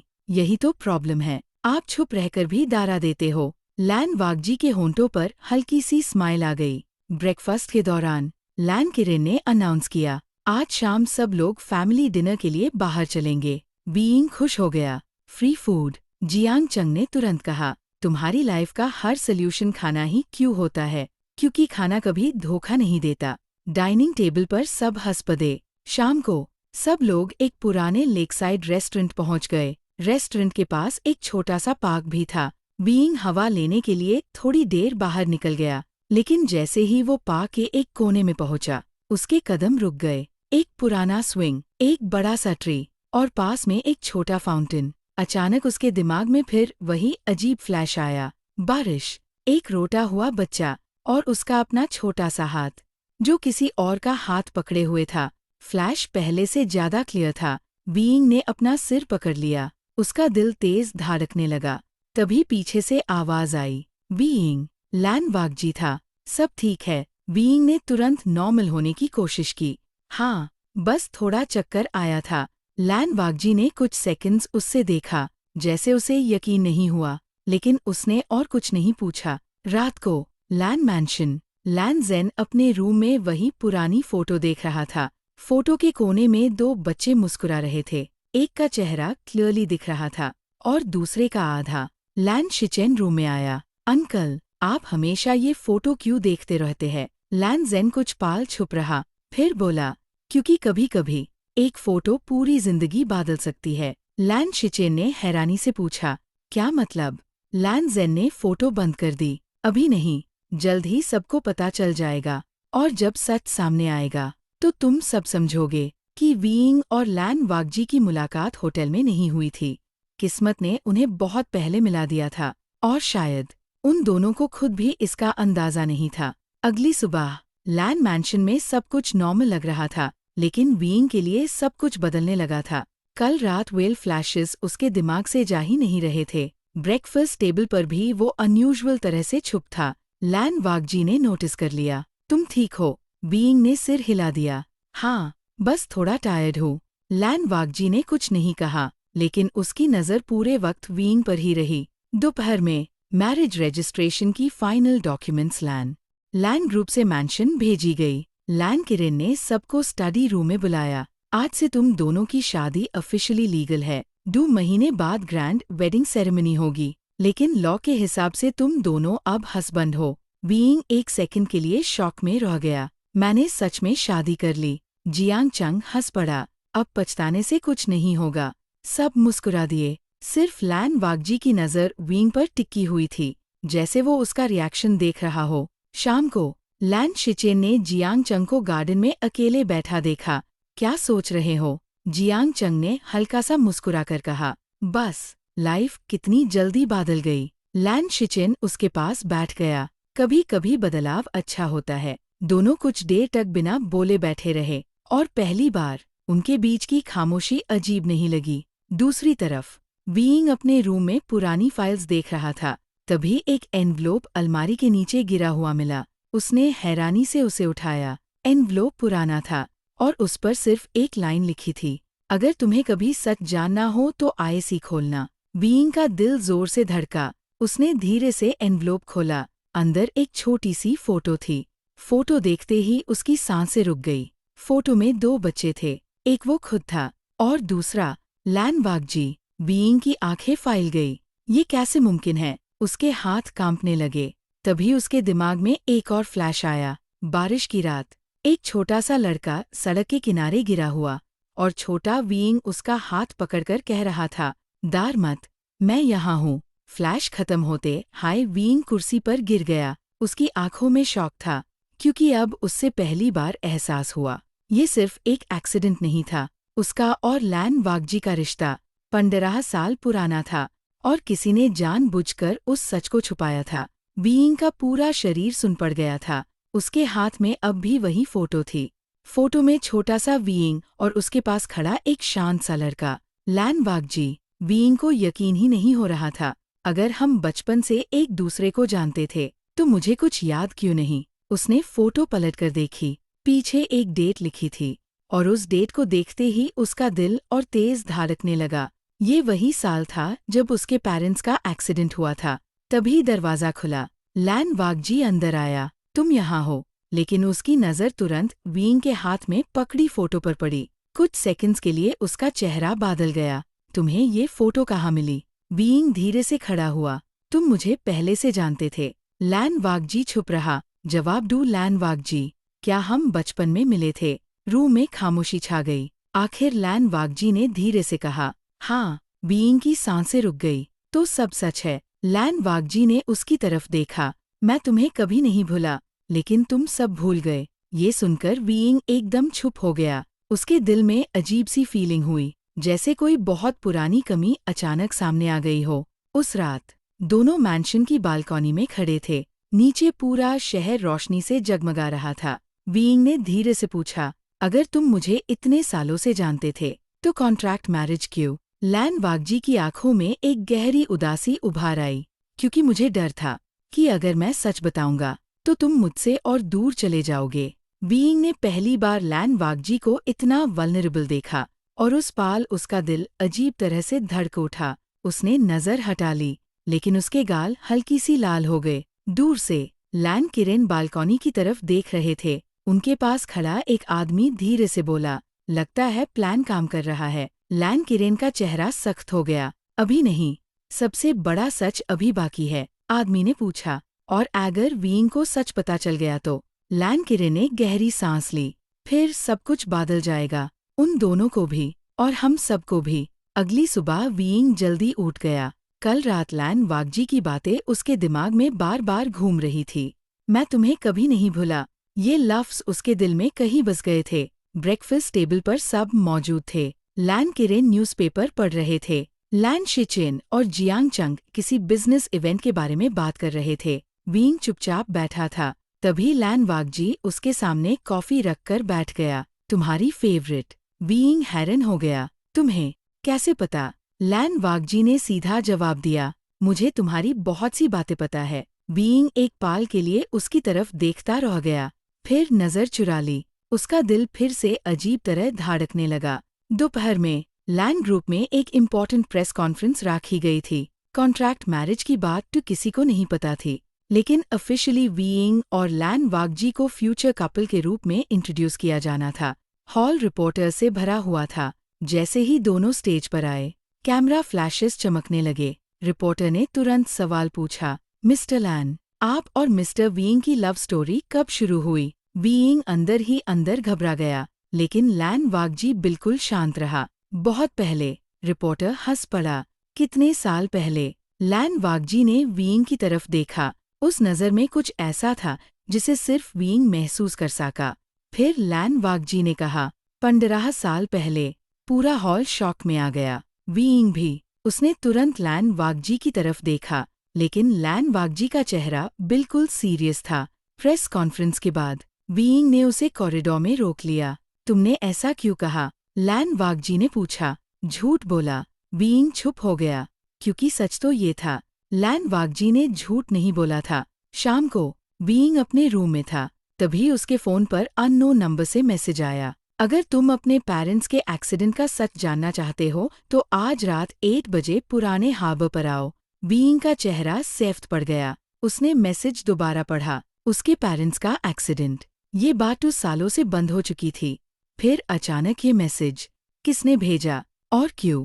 सबसे बड़ी बात, उससे कैसे पता था कि वीइंग अब सच ढूंढ रहा है? वीइंग ने किसी को बताए बिना रूम छोड़ दिया, लेकिन उसे ये नहीं पता था कि कॉरिडोर के कोने पर खड़ा लैन वाकजी उससे जाते हुए देख चुका था, और उसके चेहरे पर पहली बार साफ टेंशन नजर आ रही थी, क्योंकि उसे पता था आज रात कुछ बहुत बड़ा होने वाला है। रात के 8 बजने में कुछ ही मिनट बाकी थे। वीइंग पुराने हार्बर पर पहुंच गया।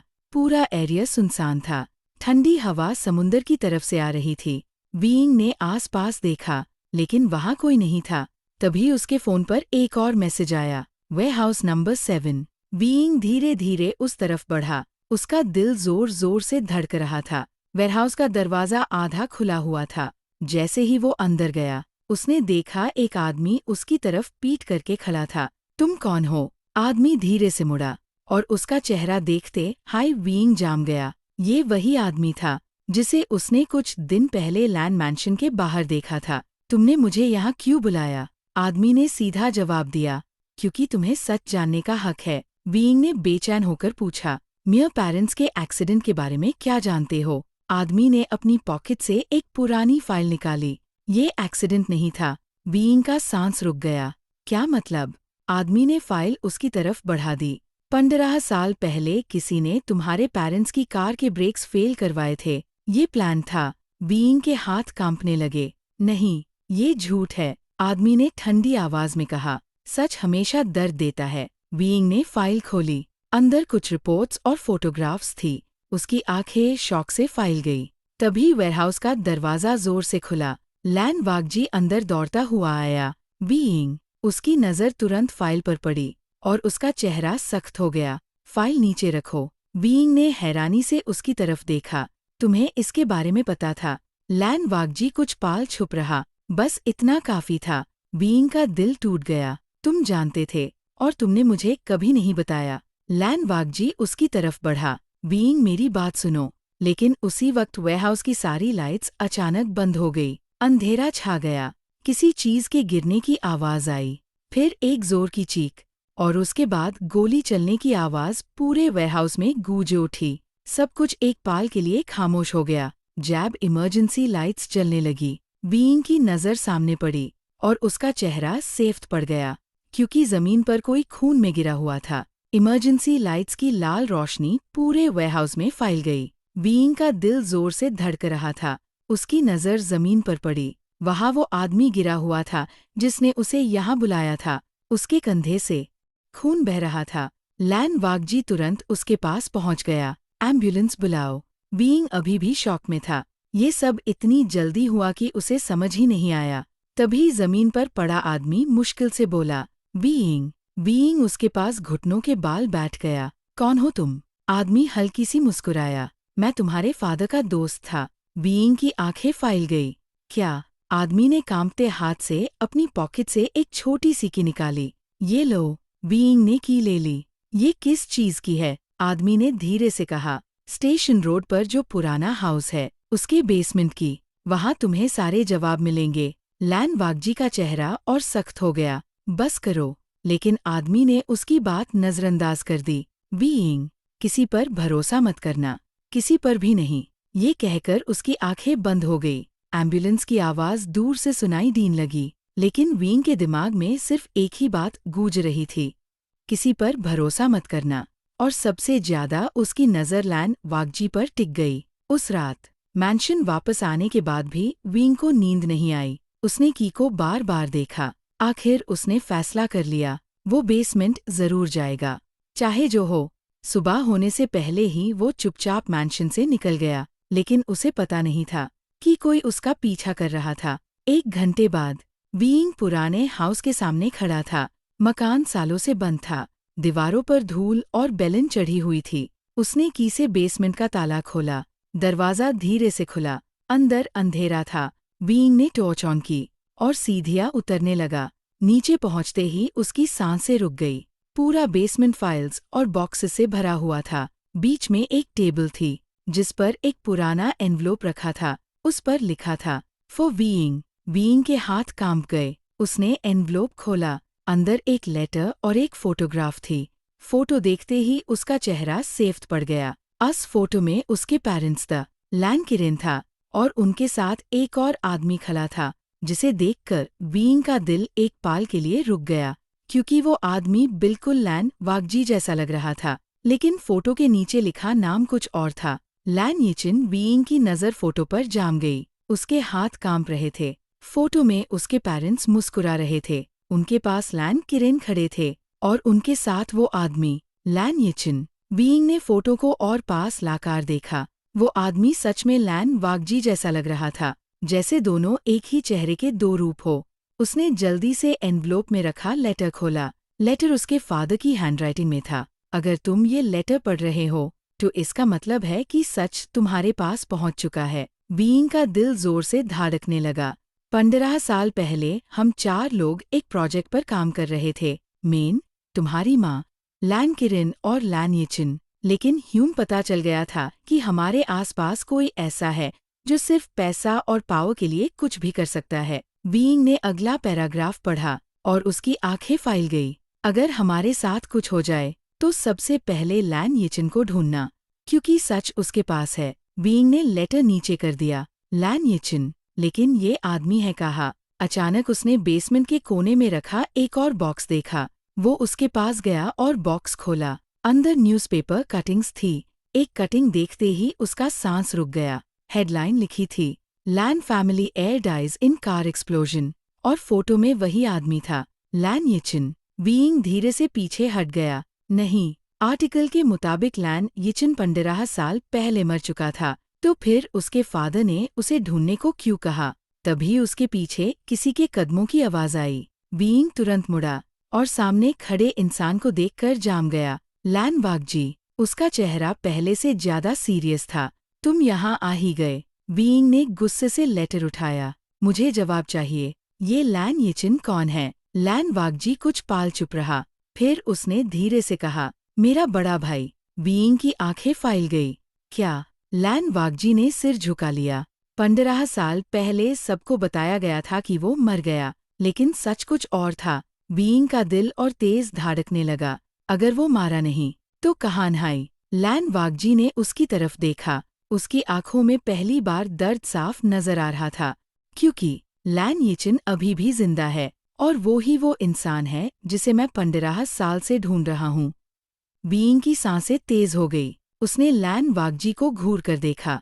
तुम कह रहे हो लैन यिचिन जिंदा है? लैन वाकजी ने धीरे से सिर हिला दिया। हाँ, और इसी वजह से 15 साल से बहुत लोग खतरे में हैं। बीइंग ने गुस्से से पूछा, तो तुमने मुझे पहले क्यों नहीं बताया? लैन वाकजी कुछ पाल खामोश रहा। मैं तुम्हें बचाना चाहता था।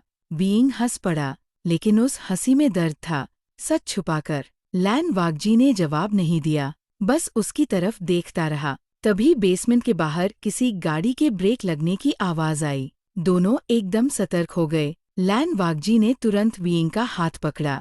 ह्यूम यहाँ से निकलना होगा। लेकिन देर हो चुकी थी। बेसमेंट का दरवाजा जोर से खुला। कई आदमी अंदर घुस आए।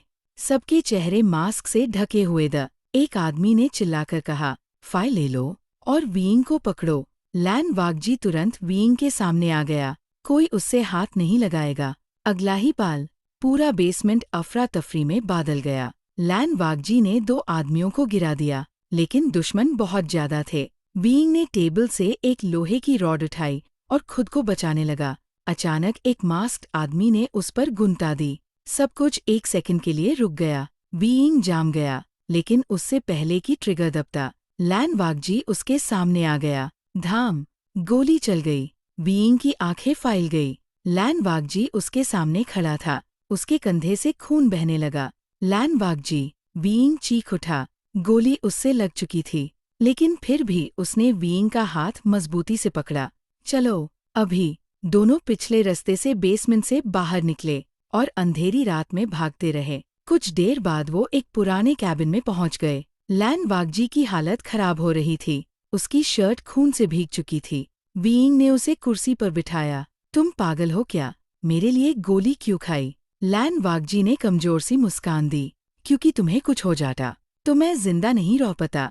बीइंग चुप हो गया। उसका दिल जोर से धड़क रहा था। लैन वाकजी ने धीरे से अपनी पॉकेट से एक पुरानी चेन निकाली और बीइंग के हाथ में रख दी। ये तुम्हारी है। बीइंग ने चेन देखी और उसकी आंखें शौक से फैल गई। ये वही चेन थी जो बचपन में उसके गले में हुआ करती थी, जो उसके पेरेंट्स के एक्सीडेंट वाले दिन गायब हो गई थी।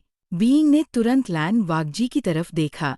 ये तुम्हारे पास कैसे आई? लैन वाकजी की आंखों में गहरा दर्द उभार आया, क्योंकि उस रात एक्सीडेंट के बाद सबसे पहले मैं ही तुम तक पहुंचा था। बीइंग की आंखें शौक से फैल गई। तुम एक्सीडेंट वाली रात वहां थे? लैन वाकजी ने धीरे से सिर हिला दिया। हाँ। कैबिन में कुछ पाल के लिए खामोशी छा गई। सिर्फ बाहर चलती हवा की आवाज सुनाई दे रही थी। बीइंग का दिल इतनी तेजी से धड़क रहा था कि उसे अपनी सांसें भी सुनाई दे रही थी। फिर उसने धीरे से पूछा, मुझे सब सच बताओ। उस रात क्या हुआ था? लैन वाकजी ने आंखें बंद कर ली, जैसे वो 15 साल पुरानी यादों में खो गया हो। उस रात मैं और मेरा भाई लैन यिचिन तुम्हारे घर के पास थे। ह्यूम पता चला था कि कोई तुम्हारे पेरेंट्स को नुकसान पहुंचाने वाला है। हम उन्हें वार्न करने जा रहे थे, लेकिन हम देर से पहुंचे। बीइंग के हाथ कांप गए। लैन वाकजी ने आगे कहा, जब हम पहुंचे, कार क्रैश हो चुकी थी। हर जगह आग लगी हुई थी। मैं तुम्हें ढूंढने लगा और मुझे तुम मिले। तुम जख्मी थे, लेकिन जिंदा थे। बीइंग की आंखों में आंसू आ गए। लैन वाकजी ने चेन की तरफ देखा। ये चेन तुम्हारे गले से टूटकर गिर गई थी। मैंने संभल कर रख ली। उस दिन से लैन वाकजी की आवाज धीमी हो गई। मैं तुम्हें कभी नहीं भूल पाया। बीइंग चुप हो गया। उसके दिल में अजीब सी कसक उठ रही थी। इतने सालों से जिस इंसान को वो मुश्किल से जानता था, वो चुपचाप उसकी हिफाजत करता रहा था। तभी कैबिन का दरवाजा अचानक खुला। दोनों सतर्क हो गए, लेकिन अंदर आने वाला इंसान लैन शिचेन था। भाई, आप ठीक है? लैन शिचेन ने लैन वाकजी के जख्म को देखा और परेशान हो गया। डॉक्टर रास्ते में है। फिर उसकी नज़र बीइंग पर पड़ी और उसने एक फाइल उसकी तरफ बढ़ा दी। ये अभी मिली है। बीइंग ने फाइल खोली। अंदर एक फोटोग्राफ थी। फोटो देखते ही इसका रंग उड़ गया। फोटो में एक मीटिंग चल रही थी। उसके पेरेंट्स, लैन किरेन, लैन यिचिन और एक और आदमी, सब एक ही टेबल पर बैठे थे। लेकिन सबसे हैरान करने वाली बात ये थी, फोटो के पीछे एक नाम लिखा हुआ था, प्रोजेक्ट फीनिक्स, और नीचे एक line, founder and leader. Being ने नाम पढ़ा। उसके हाथ से फाइल लगभग गिर गई, क्योंकि उस नाम को वो बहुत अच्छी तरह जानता था। वो नाम था जियांग चंग। बीइंग का चेहरा सैफ्त पड़ गया। उसकी नज़र बार बार उस नाम पर जा रही थी। जियांग चंग, नहीं, ये मुमकिन नहीं था। जियांग चंग बचपन से उसके साथ था। उसने हमेशा उसका ख्याल रखा था। वो ऐसा कैसे कर सकता था? लैन शिचे ने गहरी सांस ली। ह्यूम भी पहले यकीन नहीं हुआ था, लेकिन ये फाइल असली है। बीइंग ने गुस्से से फाइल बंद कर दी। मैं नहीं मानता। तभी कैबिन का दरवाजा दोबारा खुला और अंदर जियांग चंग खुद आ गया। सब एक पाल के लिए खामोश हो गए। जियांग चंग ने धीरे से बीइंग की तरफ देखा तो तुम्हें पता चल ही गया। बीइंग की आंखों में दर्द था। मुझे बताओ, ये सब झूठ है। जियांग चंग कुछ पाल छुप रहा। फिर उसने धीरे से कहा, काश ये झूठ होता। बीइंग का दिल डूब गया। तुमने मेरे पेरेंट्स को मारा। जियांग चंग ने तुरंत सिर हिला दिया। नहीं, मैंने उन्हें नहीं मारा, लेकिन मेन प्रोजेक्ट फीनिक्स का हिस्सा था। रूम में सन्नाटा छा गया। लैन वागजी ने ठंडी नज़र से उसे देखा। सच बोलो। जियांग चंग ने आंखें बंद कर ली। 15 साल पहले हम सब एक सीक्रेट प्रोजेक्ट पर काम कर रहे थे, प्रोजेक्ट फीनिक्स। ये प्रोजेक्ट इतना पावरफुल था कि दुनिया की सबसे बड़ी कंपनीज उसके पीछे थी। लेकिन फिर किसी ने प्रोजेक्ट चुराने की कोशिश की और उस रात सब कुछ खत्म हो गया। बीइंग ने पूछा, वो इंसान कौन था? जियांग चंग ने धीरे से जवाब दिया, लैन यिचिन। लैन वागजी की मुट्ठी काज गई। नहीं। जियांग चंग ने उसकी तरफ देखा। तुम सच से भाग नहीं सकते। उस रात लैन यिचिन ने सबको धोखा दिया था, और जब तुम्हारे पेरेंट्स को इसका पता चला तो उन्हें छुप कराने की कोशिश की गई। बीइंग की सांसें रुक गई। मतलब एक्सीडेंट? जियांग चंग ने धीरे से कहा, एक्सीडेंट नहीं था, टारगेट तुम्हारे पेरेंट्स था। बीइंग की आंखों में आंसू भर आए। तभी अचानक कैबिन के बाहर गाड़ियों की आवाज गूंजी। एक नहीं, कई गाड़ियां। लैन शिचेन तुरंत खिड़की की तरफ भागा और उसका चेहरा बादल गया। हम मिल गए हैं। बाहर दर्जनों ब्लैक एसयूवीज खादी थी और उनके बीच से एक लंबा आदमी बाहर निकला। उसने ब्लैक कोट पहना हुआ था। उसका चेहरा साफ नजर नहीं आ रहा था, लेकिन उसे देखते ही लैन वागजी जाम गया। उसकी आंखों में सालों पुराना दर्द उभार आया। बीइंग ने धीरे से पूछा, कौन है वो? लैन वागजी ने उस आदमी को देखते हुए जवाब दिया, वो लैन यिचिन है। कैबिन के अंदर खामोशी छा गई। सबकी नज़र खिड़की के बाहर खड़े उस आदमी पर थी। लैन यिचिन, 15 साल बाद, आखिरकार सबके सामने था। बीइंग ने उस आदमी को ध्यान से देखा और उसका दिल एक पाल के लिए रुक गया। लैन वागजी और लैन यिचिन सच में एक जैसे लगते थे। बस फर्क इतना था, लैन वागजी की आंखों में सुकून था और लैन यिचिन की आंखों में अंधेरा। लैन यिचिन ने कैबिन की तरफ देखकर हल्का सा मुस्कुराया, फिर धीरे धीरे अंदर चलने लगा। उसके पीछे कई बॉडीगार्ड्स था। दरवाजा खुला और वो सीधा कैबिन के बीच में आकर रुक गया। कितने सालों बाद मिल रहे हैं। उसकी नज़र पहले लैन वागजी पर गई, फिर लैन शिचेन पर और आखिर में वींग पर रुक गई। तो तुम ही हो डब्ल्यूई यिंग? वींग ने ठंडी आवाज में कहा। मेरे पेरेंट्स को किसने मारा? लैन यिचिन हल्का सा हंस पड़ा। सीधा सवाल, मुझे पसंद आया। लैन वागजी उसके सामने आ गया। मेरे सवाल का जवाब दो। तुमने अपनी मौत का नाटक क्यों किया? लैन यिचिन की मुस्कान और गहरी हो गई। क्योंकि मरना जरूरी था। अगर मैं जिंदा रहता तो प्रोजेक्ट फीनिक्स कभी मेरा नहीं होता। जियांग चंग ने गुस्से से कहा, तुम पागल हो गए हो। लैन यिचिन ने उसकी तरफ देखा। नहीं, मैं सिर्फ तुम सबसे ज्यादा समझदार था। 15 साल पहले सब लोग प्रोजेक्ट को बचाना चाहते थे और मैं उसे कंट्रोल करना चाहता था। बस इतना सा फर्क था। बीइंग की मुट्ठी काज गई। तो मेरे पेरेंट्स? लैन यिचिन की आंखों में एक पाल के लिए भी पछतावा नहीं आया। वो गलत वक्त पर सच जान गए थे। ये सुनते ही बीइंग का खून खोल उठा। उसने बिना सोचे लैन यिचिन का कॉलर पकड़ लिया। तुमने उन्हें मार दिया। बॉडीगार्ड्स तुरंत आगे बढ़े, लेकिन लैन यिचिन ने हाथ उठाकर उन्हें रोक दिया। उसने वीइंग की आंखों में देखते हुए कहा, तुम बिल्कुल अपने फादर हो। यही उनकी सबसे बड़ी कमजोरी थी। गुस्सा। अचानक कैबिन के बाहर जोर का धमाका हुआ। सब चौंक गए। एक और धमाका, फिर तीसरा। लैन शिचेन खिड़की की तरफ भागा और उसका चेहरा सेफ्ट पड़ गया। पुलिस। पूरा एरिया पुलिस ने घेर लिया है। लैन यिचिन की मुस्कान पहली बार गायब हुई। उसने तुरंत अपनी गन निकाली, लेकिन उससे पहले लैन वागजी ने उसका हाथ पकड़ लिया। दोनों भाइयों के बीच जबरदस्त टक्कर शुरू हो गई। गन जमीन पर गिर गई। बॉडीगार्ड्स और पुलिस के बीच बाहर फायरिंग शुरू हो गई। कैबिन जंग का मैदान बन गया। इसी अफरा तफरी में लैन यिचिन ने अचानक अपनी पॉकेट से एक छोटा रिमोट निकला। लैन वागजी का चेहरा बादल गया। नहीं, लैन यिचिन मुस्कुराया। अगर मैं हार गया तो सब मेरे साथ हारेंगे।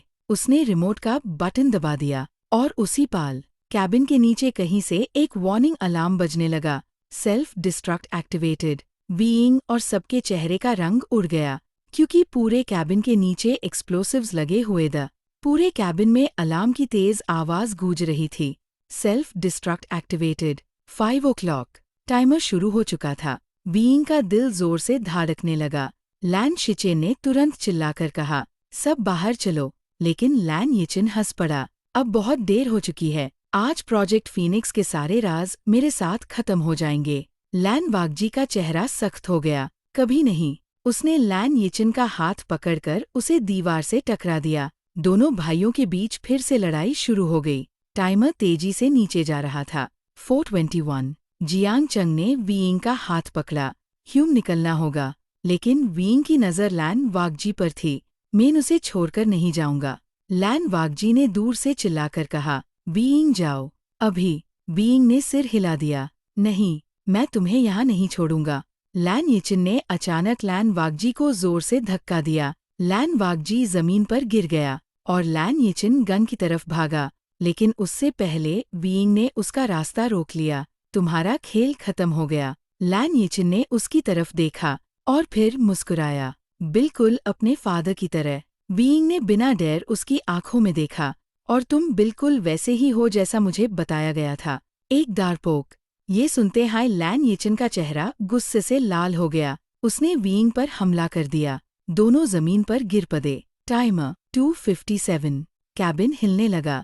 छत से मिट्टी और लकड़ी के टुकड़े गिरने लगे। लैन शिचेन ने चिल्लाकर कहा, सब लोग बाहर निकलो अभी। तभी पुलिस ऑफिसर्स अंदर आ गए। बॉडीगार्ड्स को गिरा दिया गया। सिचुएशन कंट्रोल में आने लगी, लेकिन लैन यिचिन फिर भी भागने की कोशिश कर रहा था। लैन वागजी ने उसका हाथ पकड़ लिया। इस बार तुम नहीं बचोगे। लैन यिचिन ने पहली बार अपने छोटे भाई की तरफ देखा और धीरे से बोला, मुझे कभी अफसोस नहीं हुआ। लैन वागजी की आंखों में दर्द उभार आया। मुझे हुआ, बहुत हुआ। उसने पुलिस को इशारा किया। 2 ऑफिसर्स ने लैन यिचिन को पकड़ लिया। टाइमर 1:35। सब लोग कैबिन से बाहर भागने लगे। वीइंग भी भाग रहा था, लेकिन अचानक उसने देखा लैन वागजी पीछे रह गया था। उसके गोली वाले जख्म से फिर खून बहने लगा था। वो मुश्किल से खड़ा था। वीइंग तुरंत उसकी तरफ दौड़ा। लैन वागजी। लैन वागजी ने कमजोर सी आवाज में कहा, तुम जाओ। वीइंग की आंखें भर आई। मैं तुम्हें छोड़कर नहीं जाऊंगा। उसने लैन वागजी का हाथ अपने कंधे पर रखा और उसे संभलते हुए बाहर की तरफ ले गया। टाइमर 0:28। सब लोग कैबिन से बाहर निकल चुके थे। जैसे ही वीइंग और लैन वागजी बाहर आए, एक जबरदस्त धमाका हुआ। पूरा कैबिन आग के गोले में बादल गया। आसमां तक आग की लपटें उड़ गई। सबने मुड़कर देखा। 15 साल पुराने राजों का अड्डा आज हमेशा के लिए खत्म हो चुका था। वीइंग ने धीरे से लैन वागजी का हाथ पकड़ा और पहली बार बिना किसी हिचकिचाहट के उसकी तरफ देखा। उसकी आंखों में डर नहीं था, सिर्फ एक एहसास था कि जो भी हो, अब वो अकेला नहीं था। धमके के बाद पूरा एरिया पुलिस और इमरजेंसी टीम से भर गया। लैन यिचिन को पुलिस कस्टडी में ले लिया गया। प्रोजेक्ट फीनिक्स से जुड़ी सारी फाइल्स और रिकॉर्ड्स भी रिकवर कर लिए गए। 15 साल पुराना सच आखिर दुनिया के सामने आने वाला था। 2 दिन बाद लैन मैंशन। आज वही दिन था जिस दिन वीइंग और लैन वागजी की ऑफिशियल वेडिंग सेरेमनी होनी थी। लेकिन इस बार सब कुछ अलग था। शुरुआत में ये सिर्फ एक कॉन्ट्रैक्ट मैरिज थी, एक डील, एक मजबूरी। लेकिन अब ये दोनों एक दूसरे के लिए सिर्फ नाम के पार्टनर नहीं रहे थे। बीइंग अपने रूम के मिरर के सामने खड़ा था। उसने ब्लैक सूट पहना हुआ था। उसके चेहरे पर हल्का सा नर्वसनेस था। तभी जियांग चेंग रूम में आया। तुम सच में शादी कर रहे हो? बीइंग हंस पड़ा। लगता तो ऐसा ही है। जियांग चेंग ने उसके कंधे पर हाथ रखा। मॉम और डैड आज होते तो तुम पर बहुत प्राउड होते। बीइंग की आंखें नाम हो गई, लेकिन उसने मुस्कुराकर सिर हिला दिया। नीचे गार्डन में ग्रैंड सेरेमनी की तैयारी पूरी हो चुकी थी। लैन फैमिली और जियांग फैमिली के सारे मेंबर्स मौजूद थे। लैन किरेन पहली रो में बैठे थे। उनकी आंखों में सुकून था। आखिर इतने सालों बाद उनके परिवार पर छाया अंधेरा खत्म हुआ था। म्यूजिक बजना शुरू हुआ। सबकी नज़र एंट्रांस की तरफ गई। बीइंग धीरे धीरे आगे बढ़ने लगा। उसकी नज़र सीधा लैन वागजी पर टिक गई। लैन वागजी भी उसे ही देख रहा था, जैसे पूरी दुनिया में सिर्फ वही एक इंसान हो। कुछ ही पाल बाद दोनों एक दूसरे के सामने खड़े थे। खामोशी में भी हजार बातें थी। लैन वागजी ने धीरे से कहा, अगर तुम अभी भी मना करना चाहो तो मैं रोकूंगा नहीं। बीइंग की हंसी निकल गई। इतना सब होने के बाद भी तुम ये बोल रहे हो? लैन वागजी ने जवाब नहीं दिया। बीइंग उसके और पास आया और धीरे से बोला, मैं कहीं नहीं जा रहा। पहली बार लैन वागजी के चेहरे पर एक हल्का सा स्माइल आया, जो बहुत कम लोगों ने देखा था। सेरेमनी शुरू हुई और जैब वोस का वक्त आया। सब चुप हो गए। बीइंग ने लैन वागजी का हाथ पकड़ा और उसकी आंखों में देखते हुए कहा, शायद हमारी शुरुआत गलत वजह से हुई थी, लेकिन आज मैं अपनी मर्जी से तुम्हारे साथ खड़ा हूँ और आगे भी रहूंगा। लैन वागजी की नज़र एक पाल के लिए भी उससे नहीं हटी। उसने धीरे से जवाब दिया, मैं तुम्हें हमेशा चूज करूंगा, हर बार, हर सिचुएशन में, बस इतना ही। लेकिन बीइंग के लिए ये सबसे कीमती वादा था। पूरे गार्डन में तालियों की आवाज गूंज उठी और दोनों की जिंदगी का एक नया चैप्टर शुरू हो गया। वेडिंग सेरेमनी खत्म हो चुकी थी। गार्डन में सब लोग खुश थे। म्यूजिक चल रहा था। गेस्ट्स सेलिब्रेशन कर रहे थे, लेकिन बीइंग को अभी भी सब सपने जैसा लग रहा था। कुछ महीने पहले तक उसने कभी नहीं सोचा था कि उसकी जिंदगी इतनी बदल जाएगी। तभी किसी ने पीछे से उसका नाम लिया, बीइंग। उसने मुड़कर देखा। लैन किरेन खड़े थे। बीइंग तुरंत उनके पास गया। दादाजी। लैन किरेन मुस्कुराए, आज तुम्हारे पेरेंट्स बहुत खुश होते। बीइंग की आंखों में नामी आ गई। मैं उन्हें बहुत मिस करता हूँ। लैन किरेन ने उसके सिर पर हाथ रखा, लेकिन मुझे लगता है वो आज भी तुम्हारे साथ है और हमेशा रहेंगे। शाम होने लगी। गेस्ट्स धीरे धीरे वापस जा रहे थे। लैन मैंशन फिर से शांत होने लगा। बीइंग बालकनी में खड़ा आसमां देख रहा था। तभी उसके कंधों पर एक कोट रख दिया गया। लैन वागजी, ठंड लग जाएगी। बीइंग हल्का सा मुस्कुराया, तुम हर वक्त इतनी फिक्र करते हो। लैन वागजी ने सीधा जवाब दिया, हाँ। बीइंग उसकी तरफ देखने लगा। आज पहली बार उसे एहसास हुआ कि लैन वागजी सच में उसकी हर छोटी बात नोटिस करता है। कुछ देर दोनों खामोशी से खड़े रहे। फिर लैन वागजी ने कहा, मेरे पास तुम्हारे लिए कुछ है। उसने एक छोटा सा बॉक्स बीइंग की तरफ बढ़ाया। बीइंग ने हैरानी से बॉक्स खोला। अंदर एक पुरानी सिल्वर वॉच थी। बीइंग की सांसें रुक गई। ये मेरे फादर की वॉच है। लैन वागजी ने सिर हिला दिया। एक्सीडेंट वाली रात मुझे ये भी मिली थी। मैं सही वक्त का इंतजार कर रहा था। बीइंग की आंखें भर आई। उसने वॉच को अपने सीने से लगा लिया। Thank you. लैन वागजी ने धीरे से कहा, इसकी जरूरत नहीं। उसी वक्त मैंशन के गेट पर एक ब्लैक कार आकर रुकी। सिक्योरिटी गार्ड्स सतर्क हो गए। कार से एक आदमी बाहर निकला। उसके हाथ में एक एनवलप था। उसने सिक्योरिटी को कुछ दिया और तुरंत वहां से चला गया।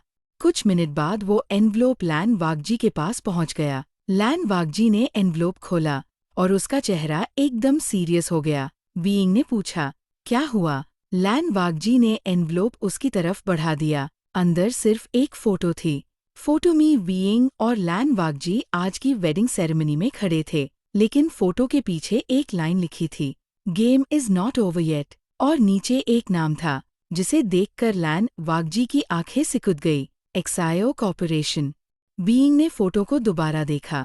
उसके चेहरे की मुस्कान धीरे धीरे गायब हो गई। वेडिंग के कुछ ही घंटे बाद किसी ने उन्हें वार्निंग भेजी थी। और सबसे हैरान करने वाली बात, ये नाम पहली बार सामने आया था, एक्सायो कॉर्पोरेशन। वीइंग ने लैन वाकजी की तरफ देखा। ये लोग कौन हैं? लैन वाकजी का चेहरा सख्त हो गया। मुझे भी अभी तक पूरी सच्चाई नहीं पता, लेकिन एक बात पक्की है, ये लोग प्रोजेक्ट फीनिक्स से जुड़ हुए हैं। लैन शिचेन भी वहां आ गया। उसने फोटो देखी और उसकी आंखें सिकुड़ गई। इम्पॉसिबल। मैंने सोचा था ये कंपनी सालों पहले बंद हो चुकी है। लैन किरेन जो पास ही खड़े थे, उनका चेहरा बादल गया। बैन नहीं हुई थी। सबकी नजर उन पर चली गई। लैन किरेन ने गहरी सांस ली। एक्साईओ कॉर्पोरेशन ही वो कंपनी थी जिसने प्रोजेक्ट फीनिक्स को खरीदने की कोशिश की थी। और जब तुम्हारे पेरेंट्स ने मना कर दिया, तब सब कुछ शुरू हुआ। वीइंग का दिल जोर से धड़कने लगा। मतलब, ये लोग भी मेयर पेरेंट्स के केस में शामिल थे। लैन किरेन ने धीरे से सिर हिला दिया। हो सकता है उस रात सब लोग स्टडी रूम में इकट्ठा हुए। पुरानी फाइल्स निकाली गई, रिकॉर्ड्स चेक किए गए, और फिर लैन शिचेन को एक पुरानी रिपोर्ट मिली। उसने फाइल खोली और तुरंत खड़ा हो गया। भाई, आपको ये देखना होगा। लैन वाकजी ने रिपोर्ट ली। उसके चेहरे का रंग बदल गया। वीइंग ने फाइल उसके हाथ से ले ली और अगले ही पल उसकी सांसें रुक गई। रिपोर्ट में एक्साईओ कॉर्पोरेशन के करंट चेयरमैन की फोटो लगी थी, लेकिन शॉक फोटो नहीं था। शॉक उस नाम में था, चेयरमैन सू मिंघाओ। वीइंग के हाथ कांप गए। ये नाम वो पहले सुन चुका था, बहुत साल पहले, अपने फादर के मुंह से। तब उसने ध्यान नहीं दिया था, लेकिन आज सब कुछ अलग था। तभी अचानक स्टडी रूम का दूर खुला। एक सिक्योरिटी गार्ड भागते हुए अंदर आया। चेयरमैन लैन, प्रॉब्लम हो गई है। लैन वाकजी तुरंत खड़ा हो गया। क्या हुआ? गार्ड ने घबराकर जवाब दिया, मैंशन के सर्वर हैक हो गए हैं और मैं स्क्रीन पर किसी ने लाइव मैसेज चला दिया है। सब तुरंत कंट्रोल रूम की तरफ दौड़े। वहां पहुंचकर उन्होंने स्क्रीन देखी। स्क्रीन पर एक आदमी बैठा था। उसका चेहरा अंधेरे में छुपा हुआ था, लेकिन उसकी आवाज साफ सुनाई दे रही थी। Congratulations on your wedding, mister Lan और मिस्टर WEI। वीइंग की मुट्ठी काज गई। आदमी धीरे से हंस पड़ा। 15 साल पहले तुम्हारे पेरेंट्स सच के बहुत करीब पहुंच गए थे। अब तुम भी वही गलती कर रहे हो। लैन वाकजी ने ठंडी आवाज में कहा। तुम कौन हो? स्क्रीन पर बैठा आदमी कुछ पाल छुप रहा। फिर उसने धीरे से अपना चेहरा रोशनी में लाया और पूरे रूम में सन्नाटा छा गया, क्योंकि स्क्रीन पर दिख रहा चेहरा बिल्कुल वीइंग के फादर जैसा लग रहा था। कंट्रोल रूम में पूरी तरह सन्नाटा छा गया। सब स्क्रीन को शॉक में देख रहे थे। वीइंग की सांसें रुक सी गई। ये चेहरा, ये बिल्कुल उसके फादर जैसा था। नहीं, ये मुमकिन नहीं था। उसने अपनी आंखें माली, लेकिन स्क्रीन पर वही चेहरा था। आदमी धीरे से मुस्कुराया। लगता है तुम सब शॉक में हो। वीइंग गुस्से से स्क्रीन के पास आया। तुम कौन हो? मेरा फादर कहा है। आदमी हंस पड़ा। मैं तुम्हारा फादर नहीं हूँ, लेकिन उन्हें बहुत अच्छी तरह जानता था। लैन वाकजी की नज़र स्क्रीन पर टिक गई। सू मिंघाओ।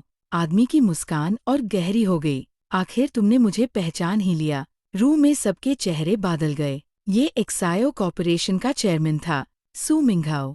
वीइंग ने गुस्से से कहा, मेरे पेरेंट्स के साथ क्या किया तुमने? सू मिंघाओ कुछ पाल छुप रहा, फिर बोला, तुम्हारे पेरेंट्स बहुत इंटेलिजेंट थे, लेकिन उन्होंने गलत लोगों को चैलेंज कर दिया। लैन किरेन का चेहरा सख्त हो गया। तुमने उनकी जिंदगी बर्बाद कर दी। सू मिंघाओ ने ठंडी हंसी हंसी। नहीं, उन्होंने खुद अपनी जिंदगी बर्बाद की, क्योंकि उन्होंने प्रोजेक्ट फीनिक्स मुझे डीन से मना कर दिया था। वीइंग की मुट्ठी काज गई। उसकी आंखों में आंसू और गुस्सा दोनों थे। तभी सू मिंघाओ ने एक फाइल स्क्रीन पर दिखाई। ये देखना चाहोगे? स्क्रीन पर एक वीडियो चलने लगा। वीडियो 15 साल पुराना था। सबकी सांसें रुक गई। वीडियो में वीइंग के पेरेंट्स नजर आ रहे थे और उनके साथ लैन येचन भी था। तीनों किसी बात पर बहस कर रहे थे। अचानक वीडियो रुक गया और सू मिंघाओ की आवाज गूंजी। ये सिर्फ शुरुआत है। मेरे पास और भी बहुत कुछ है, सच जो तुम्हारी पूरी दुनिया हिला देगा। लैन वाकजी ने ठंडी आवाज में कहा, तुम चाहते क्या हो? सू मिंघाओ मुस्कुराया। सिंपल, प्रोजेक्ट फीनिक्स की ओरिजिनल मास्टर फाइल, वो फाइल जो अभी भी तुम्हारे पास है। लैन शिचेन हैरन रो गया। Master file? लैन किरेन की आंखें फाइल गई। नहीं, वो फाइल 2। सू मिंघाओ ने बात काट दी। हाँ, वही फाइल जिसके लिए 15 साल पहले खून बहा था। और अगर मुझे वो नहीं मिली, तो अगला टारगेट सिर्फ लैन फैमिली नहीं होगा, वीइंग भी होगा। ये कहकर स्क्रीन अचानक ब्लैक हो गई। रूम में खामोशी छा गई। सब एक दूसरे को देखने लगे। तभी लैन किरेन धीरे से कुर्सी पर बैठ गए। उनके चेहरे पर पहली बार दार साफ नजर आ रहा था। बीइंग ने पूछा, दादाजी, ये मास्टर फाइल क्या है? लैन किरेन ने आंखें बंद कर ली और धीरे से बोले, एक ऐसा राज जिसे दुनिया के सामने कभी नहीं आना चाहिए था, और जो फाइल अब शायद तुम्हारे पास है। बीइंग रूम में गहरी खामोशी छा गई। सबकी नजर लैन किरेन पर थी। बीइंग धीरे से उनके पास आया। दादाजी, मास्टर फाइल मेरे पास कैसे हो सकती है? लैन किरेन ने गहरी सांस ली। क्योंकि तुम्हारे फादर ने मरने से पहले वो फाइल तुम्हें दे दी थी। बीइंग हैरन रह गया। लेकिन मुझे तो कुछ याद नहीं। लैन किरेन ने सिर हिला दिया। तुम बहुत छोटे थे और एक्सीडेंट के बाद तुम्हारी बहुत सी यादें खो गई थी। लैन शिचेन ने पूछा, लेकिन फाइल है कहाँ? लैन किरेन कुछ बोलते उससे पहले हाई बीइंग को कुछ याद आया। उसकी आंखें अचानक फैल गई। 1 मिनट। सब उसकी तरफ देखने लगे। बीइंग धीरे से बोला, मेरे पास एक बॉक्स है। मेरे पेरेंट्स की कुछ पुरानी चीज़ें उसमें राखी है। मैं उसे कभी खोलता नहीं था। लैन वागजी तुरंत समझ गया। चलो, अभी 1 घंटे बाद। सब जियांग फैमिली के पुराने घर में वही घर जो 15 साल से बंद पड़ा था। बीइंग ने पुराने स्टोर रूम का दरवाज़ा खोला। हर तरफ धूल जामी हुई थी। कमरे के कोने में एक पुराना वुडन बॉक्स रखा था। बीइंग उसके पास गया। उसका दिल तेजी से धड़क रहा था। उसने धीरे से बॉक्स खोला। अंदर पुरानी फोटोज, कुछ लेटर्स और एक छोटी मेटल डायरी थी। डायरी देखते हाई लैन किरेन खड़े हो गए। ये वही है। बीइंग ने डायरी उठाई। उसके कवर पर एक अजीब सिंबल बना हुआ था, फीनिक्स का सिंबल। लैन वागजी ने डायरी खोली, लेकिन उसके सारे पेजेस खाली थे। लैन शिचेन हैरन रह गया। इसमें कुछ भी नहीं है। तभी बीइंग को डायरी के लास्ट पेज पर एक छोटा सा बटन नजर आया। उसने बटन दबाया। क्लिक। डायरी के अंदर एक सीक्रेट कंपार्टमेंट खुल गया। सबकी सांसें रुक गई। अंदर एक ब्लैक यूएसबी ड्राइव रखी थी। लैन किरेन ने आंखें बंद कर ली। मास्टर फाइल मिल गई। बीइंग ने यूएसबी को हाथ में लिया। इतनी सी चीज के लिए इतने लोग मारे। लैन वागजी की नजर यूएसबी पर टिक गई। और शायद अब भी लोग मर सकते हैं। तभी अचानक घर के बाहर टायर घिसने की आवाज आई। सब सतर्क हो गए। लैन शिचेन खिड़की की तरफ दौड़ा और उसका चेहरा बादल गया। भाई, हमारी लोकेशन लीक हो गई है। बीइंग का दिल डूब गया। बाहर कम से कम 10 ब्लैक एसयूवीज खादी थी और उनमें से निकले हुए आदमी सीधा घर की तरफ बढ़ रहे थे। लैन वागजी ने तुरंत यूएसबी बीइंग के हाथ से ली और उसकी तरफ देखा। जो भी हो, ये फाइल सू मिंघाओं के हाथ नहीं लगनी चाहिए। अगला ही पाल, पुराने घर का मेन डोर जोर से तोड़ दिया गया। कई आर्म्ड मैन अंदर घुस आए। सबके चेहरे पर ब्लैक मास्क्स था। उनका टारगेट सिर्फ एक था, मास्टर फाइल। लैन वागजी तुरंत बीइंग के सामने आ गया। लैन शिचेन ने लैन किरेन को पीछे ले गया। एक आदमी चिल्लाया, यूएसबी ह्यूम दे दो और तुम सब जिंदा भाग जाओगे। बीइंग ने गुस्से से जवाब दिया, सपना देखना बंद करो। अगले ही पाल लड़ाई शुरू हो गई। लैन वागजी और सिक्योरिटी टीम ने अटैकर्स को रोक लिया। पूरे घर में अफरा तफरी मच गई। बीइंग ने मौका देखकर यूएसबी अपनी पॉकेट में राखी और पिछले रास्ते की तरफ भागा। 2 अटैकर्स उसके पीछे लग गए। बीइंग पुराने कॉरिडोर से दौड़ता हुआ बेसमेंट तक पहुंच गया। उसने दरवाज़ा बंद कर दिया, लेकिन उसकी सांसें तेज हो रही थी। तभी उसकी नज़र एक पुराने लॉकर पर पड़ी। ये वही लॉकर था जो उसके फादर उसे दिखाया करते थे। बीइंग धीरे धीरे उसके पास गया। लॉकर पर एक कोड लॉक लगा हुआ था। उसने सोचना शुरू किया। अचानक उसे अपनी माँ की बर्थडे डेट याद आई। उसने कोड एंटर किया। क्लिक। लॉकर खुल गया। अंदर कुछ फाइल्स और एक वीडियो रिकॉर्डर रखा था। बीइंग ने रिकॉर्डर उठाया। उसके हाथ कांप रहे थे। उसने प्ले बटन दबाया। स्क्रीन पर उसके फादर नजर आए। बीइंग की आंखें भर आई। बेटा, अगर तुम ये वीडियो देख रहे हो तो इसका मतलब है कि सच बाहर आने का वक्त आ गया है। मैं और तुम्हारी माँ शायद उस वक्त तुम्हारे साथ ना हो, लेकिन ह्यूम तुम पर भरोसा है। प्रोजेक्ट फीनिक्स सिर्फ एक प्रोजेक्ट नहीं था, ये दुनिया बदलने वाली टेक्नोलॉजी थी। लेकिन कुछ लोग ऐसी गलत काम के लिए इस्तेमाल करना चाहते थे, इसलिए हमने असली डेटा छुपा दिया और उसे तुम्हारे लिए छोड़ दिया। वीडियो में अचानक किसी के चिल्लाने की आवाज आई। उन्हें पता चल गया। जल्दी करो। बीइंग के फादर ने कैमरा के पास आकर कहा, बेटा, किसी पर आसानी से भरोसा मत करना, क्योंकि दुश्मन हमारे बहुत करीब है। वीडियो वही रुक गया। बीइंग शॉक में खड़ा रह गया। दुश्मन करीब है, इसका क्या मतलब था? तभी बेसमेंट का दरवाजा जोर से हिलने लगा। अटैकर्स उसे तोड़ने की कोशिश कर रहे थे। बीइंग ने रिकॉर्डर और फाइल्स उठाई और भागकर दूसरे रास्ते की तरफ गया। लेकिन जैसे ही वो मुद्दा, वहां पहले से एक आदमी खड़ा था। ब्लैक सूट, ठंडी मुस्कान और हाथ में गन। बीइंग का दिल एक पाल के लिए रुक गया, क्योंकि वो आदमी और कोई नहीं, सू मिंघाओ था। बीइंग जाम गया। उसके सामने सू मिंघाओ खड़ा था। बेसमेंट की डिम लाइट में उसकी ठंडी मुस्कान और भी खतरनाक लग रही थी। मुझे यूएसबी दे दो, सू मिंघाओ ने शांत आवाज में कहा। बीइंग ने एक कदम पीछे लिया। कभी नहीं। सू मिंघाओ हल्का सा हंस पड़ा, बिल्कुल अपने फादर की तरह। जिद्दी। बीइंग ने गुस्से से कहा, मेरे पेरेंट्स को क्यों मारा? सू मिंघाओ की आंखों में कोई पछतावा नहीं था। तुम्हारे पेरेंट्स ने गलत फैसला लिया था, और गलत फैसलों की कीमत देनी पड़ती है। बीइंग की मुट्ठी काज गई। तुम मॉन्स्टर हो। सू मिंघाओ ने गुन सीधी उसकी तरफ कर दी। और तुम्हारे पास सिर्फ 10 सेकंड है, यूएसबी दो या फिर। अचानक पीछे से जोर की आवाज आई। बेसमेंट का दूसरा दरवाजा टूट गया। लैन वागजी अंदर आ गया। उसकी नजर सीधी सू मिंघाओ पर टिक गई। सू मिंघाओ, गेम खत्म हो गया। सू मिंघाओ मुस्कुराया। नहीं चेयरमैन लैन, अभी तो असली गेम शुरू हुआ है। उसने अचानक ट्रिगर दबा दिया। धाम, गोली चली। बीइंग की आंखें फाइल गई। लैन वागजी तुरंत उसके सामने आ गया और गोली उसके बाजू को छू कर निकल गई। खून की बूंदें जमीन पर गिरने लगी। बीइंग का चेहरा सैफ्त पड़ गया। लैन वागजी। लेकिन लैन वागजी ने बिना दर्द दिखाए बीइंग को पीछे कर दिया और ठंडी नजर से सू मिंघाओ को देखने लगा। इस बार मैं तुम्हें भागने नहीं दूंगा। लैन वागजी के बाजू से खून बह रहा था, लेकिन उसकी नजर एक पाल के लिए भी सू मिंघाओ से नहीं हटी। बेसमेंट में खामोशी छा गई। सू मिंघाओ मुस्कुराया। तुम दोनों बिल्कुल समझ नहीं रहे। प्रोजेक्ट फीनिक्स सिर्फ एक प्रोजेक्ट नहीं है, ये पावर है, ऐसी पावर जो पूरी दुनिया बदल सकती है। बीइंग ने गुस्से से कहा, और इसी पावर के लिए तुमने मेरे पेरेंट्स को मार दिया। सू मिंघाओ की मुस्कान हल्की पड़ गई। तुम्हारे पेरेंट्स ने मुझे रोकने की कोशिश की थी। लैन वागजी ने ठंडी आवाज में कहा। नहीं, उन्होंने दुनिया को बचाने की कोशिश की थी। सू मिंघाओ ने गुन और मजबूती से पकड़ी।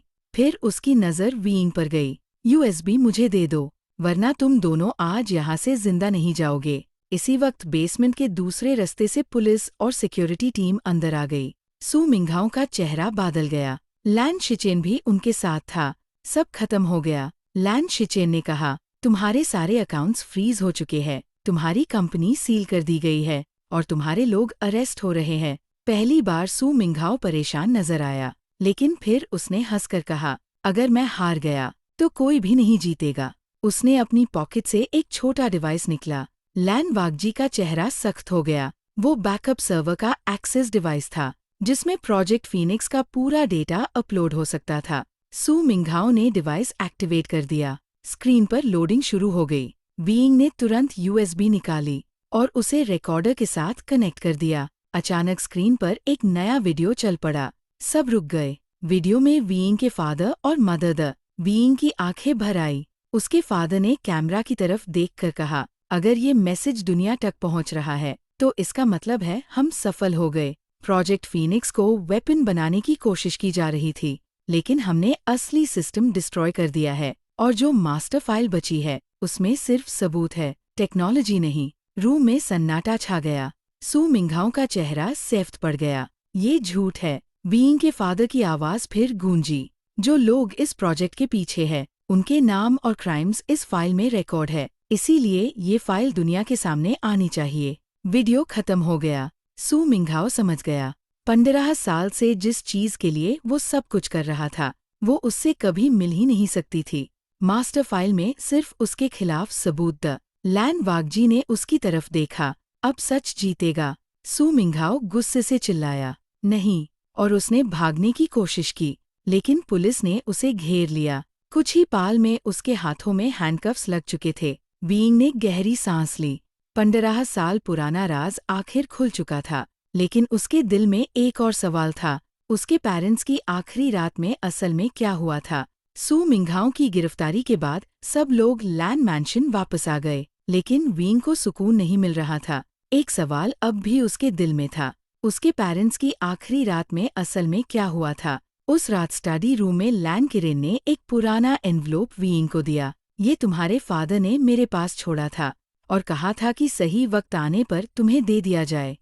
वीइंग के हाथ हल्का सा कांप गए। उसने एनवलोप खोला। अंदर एक लेटर था, उसके फादर की हैंडराइटिंग। वीइंग की आंखें नाम हो गई। उसने पढ़ना शुरू किया। डियर वीइंग, अगर तुम ये लेटर पढ़ रहे हो तो शायद मैं और तुम्हारी माँ तुम्हारे साथ नहीं है।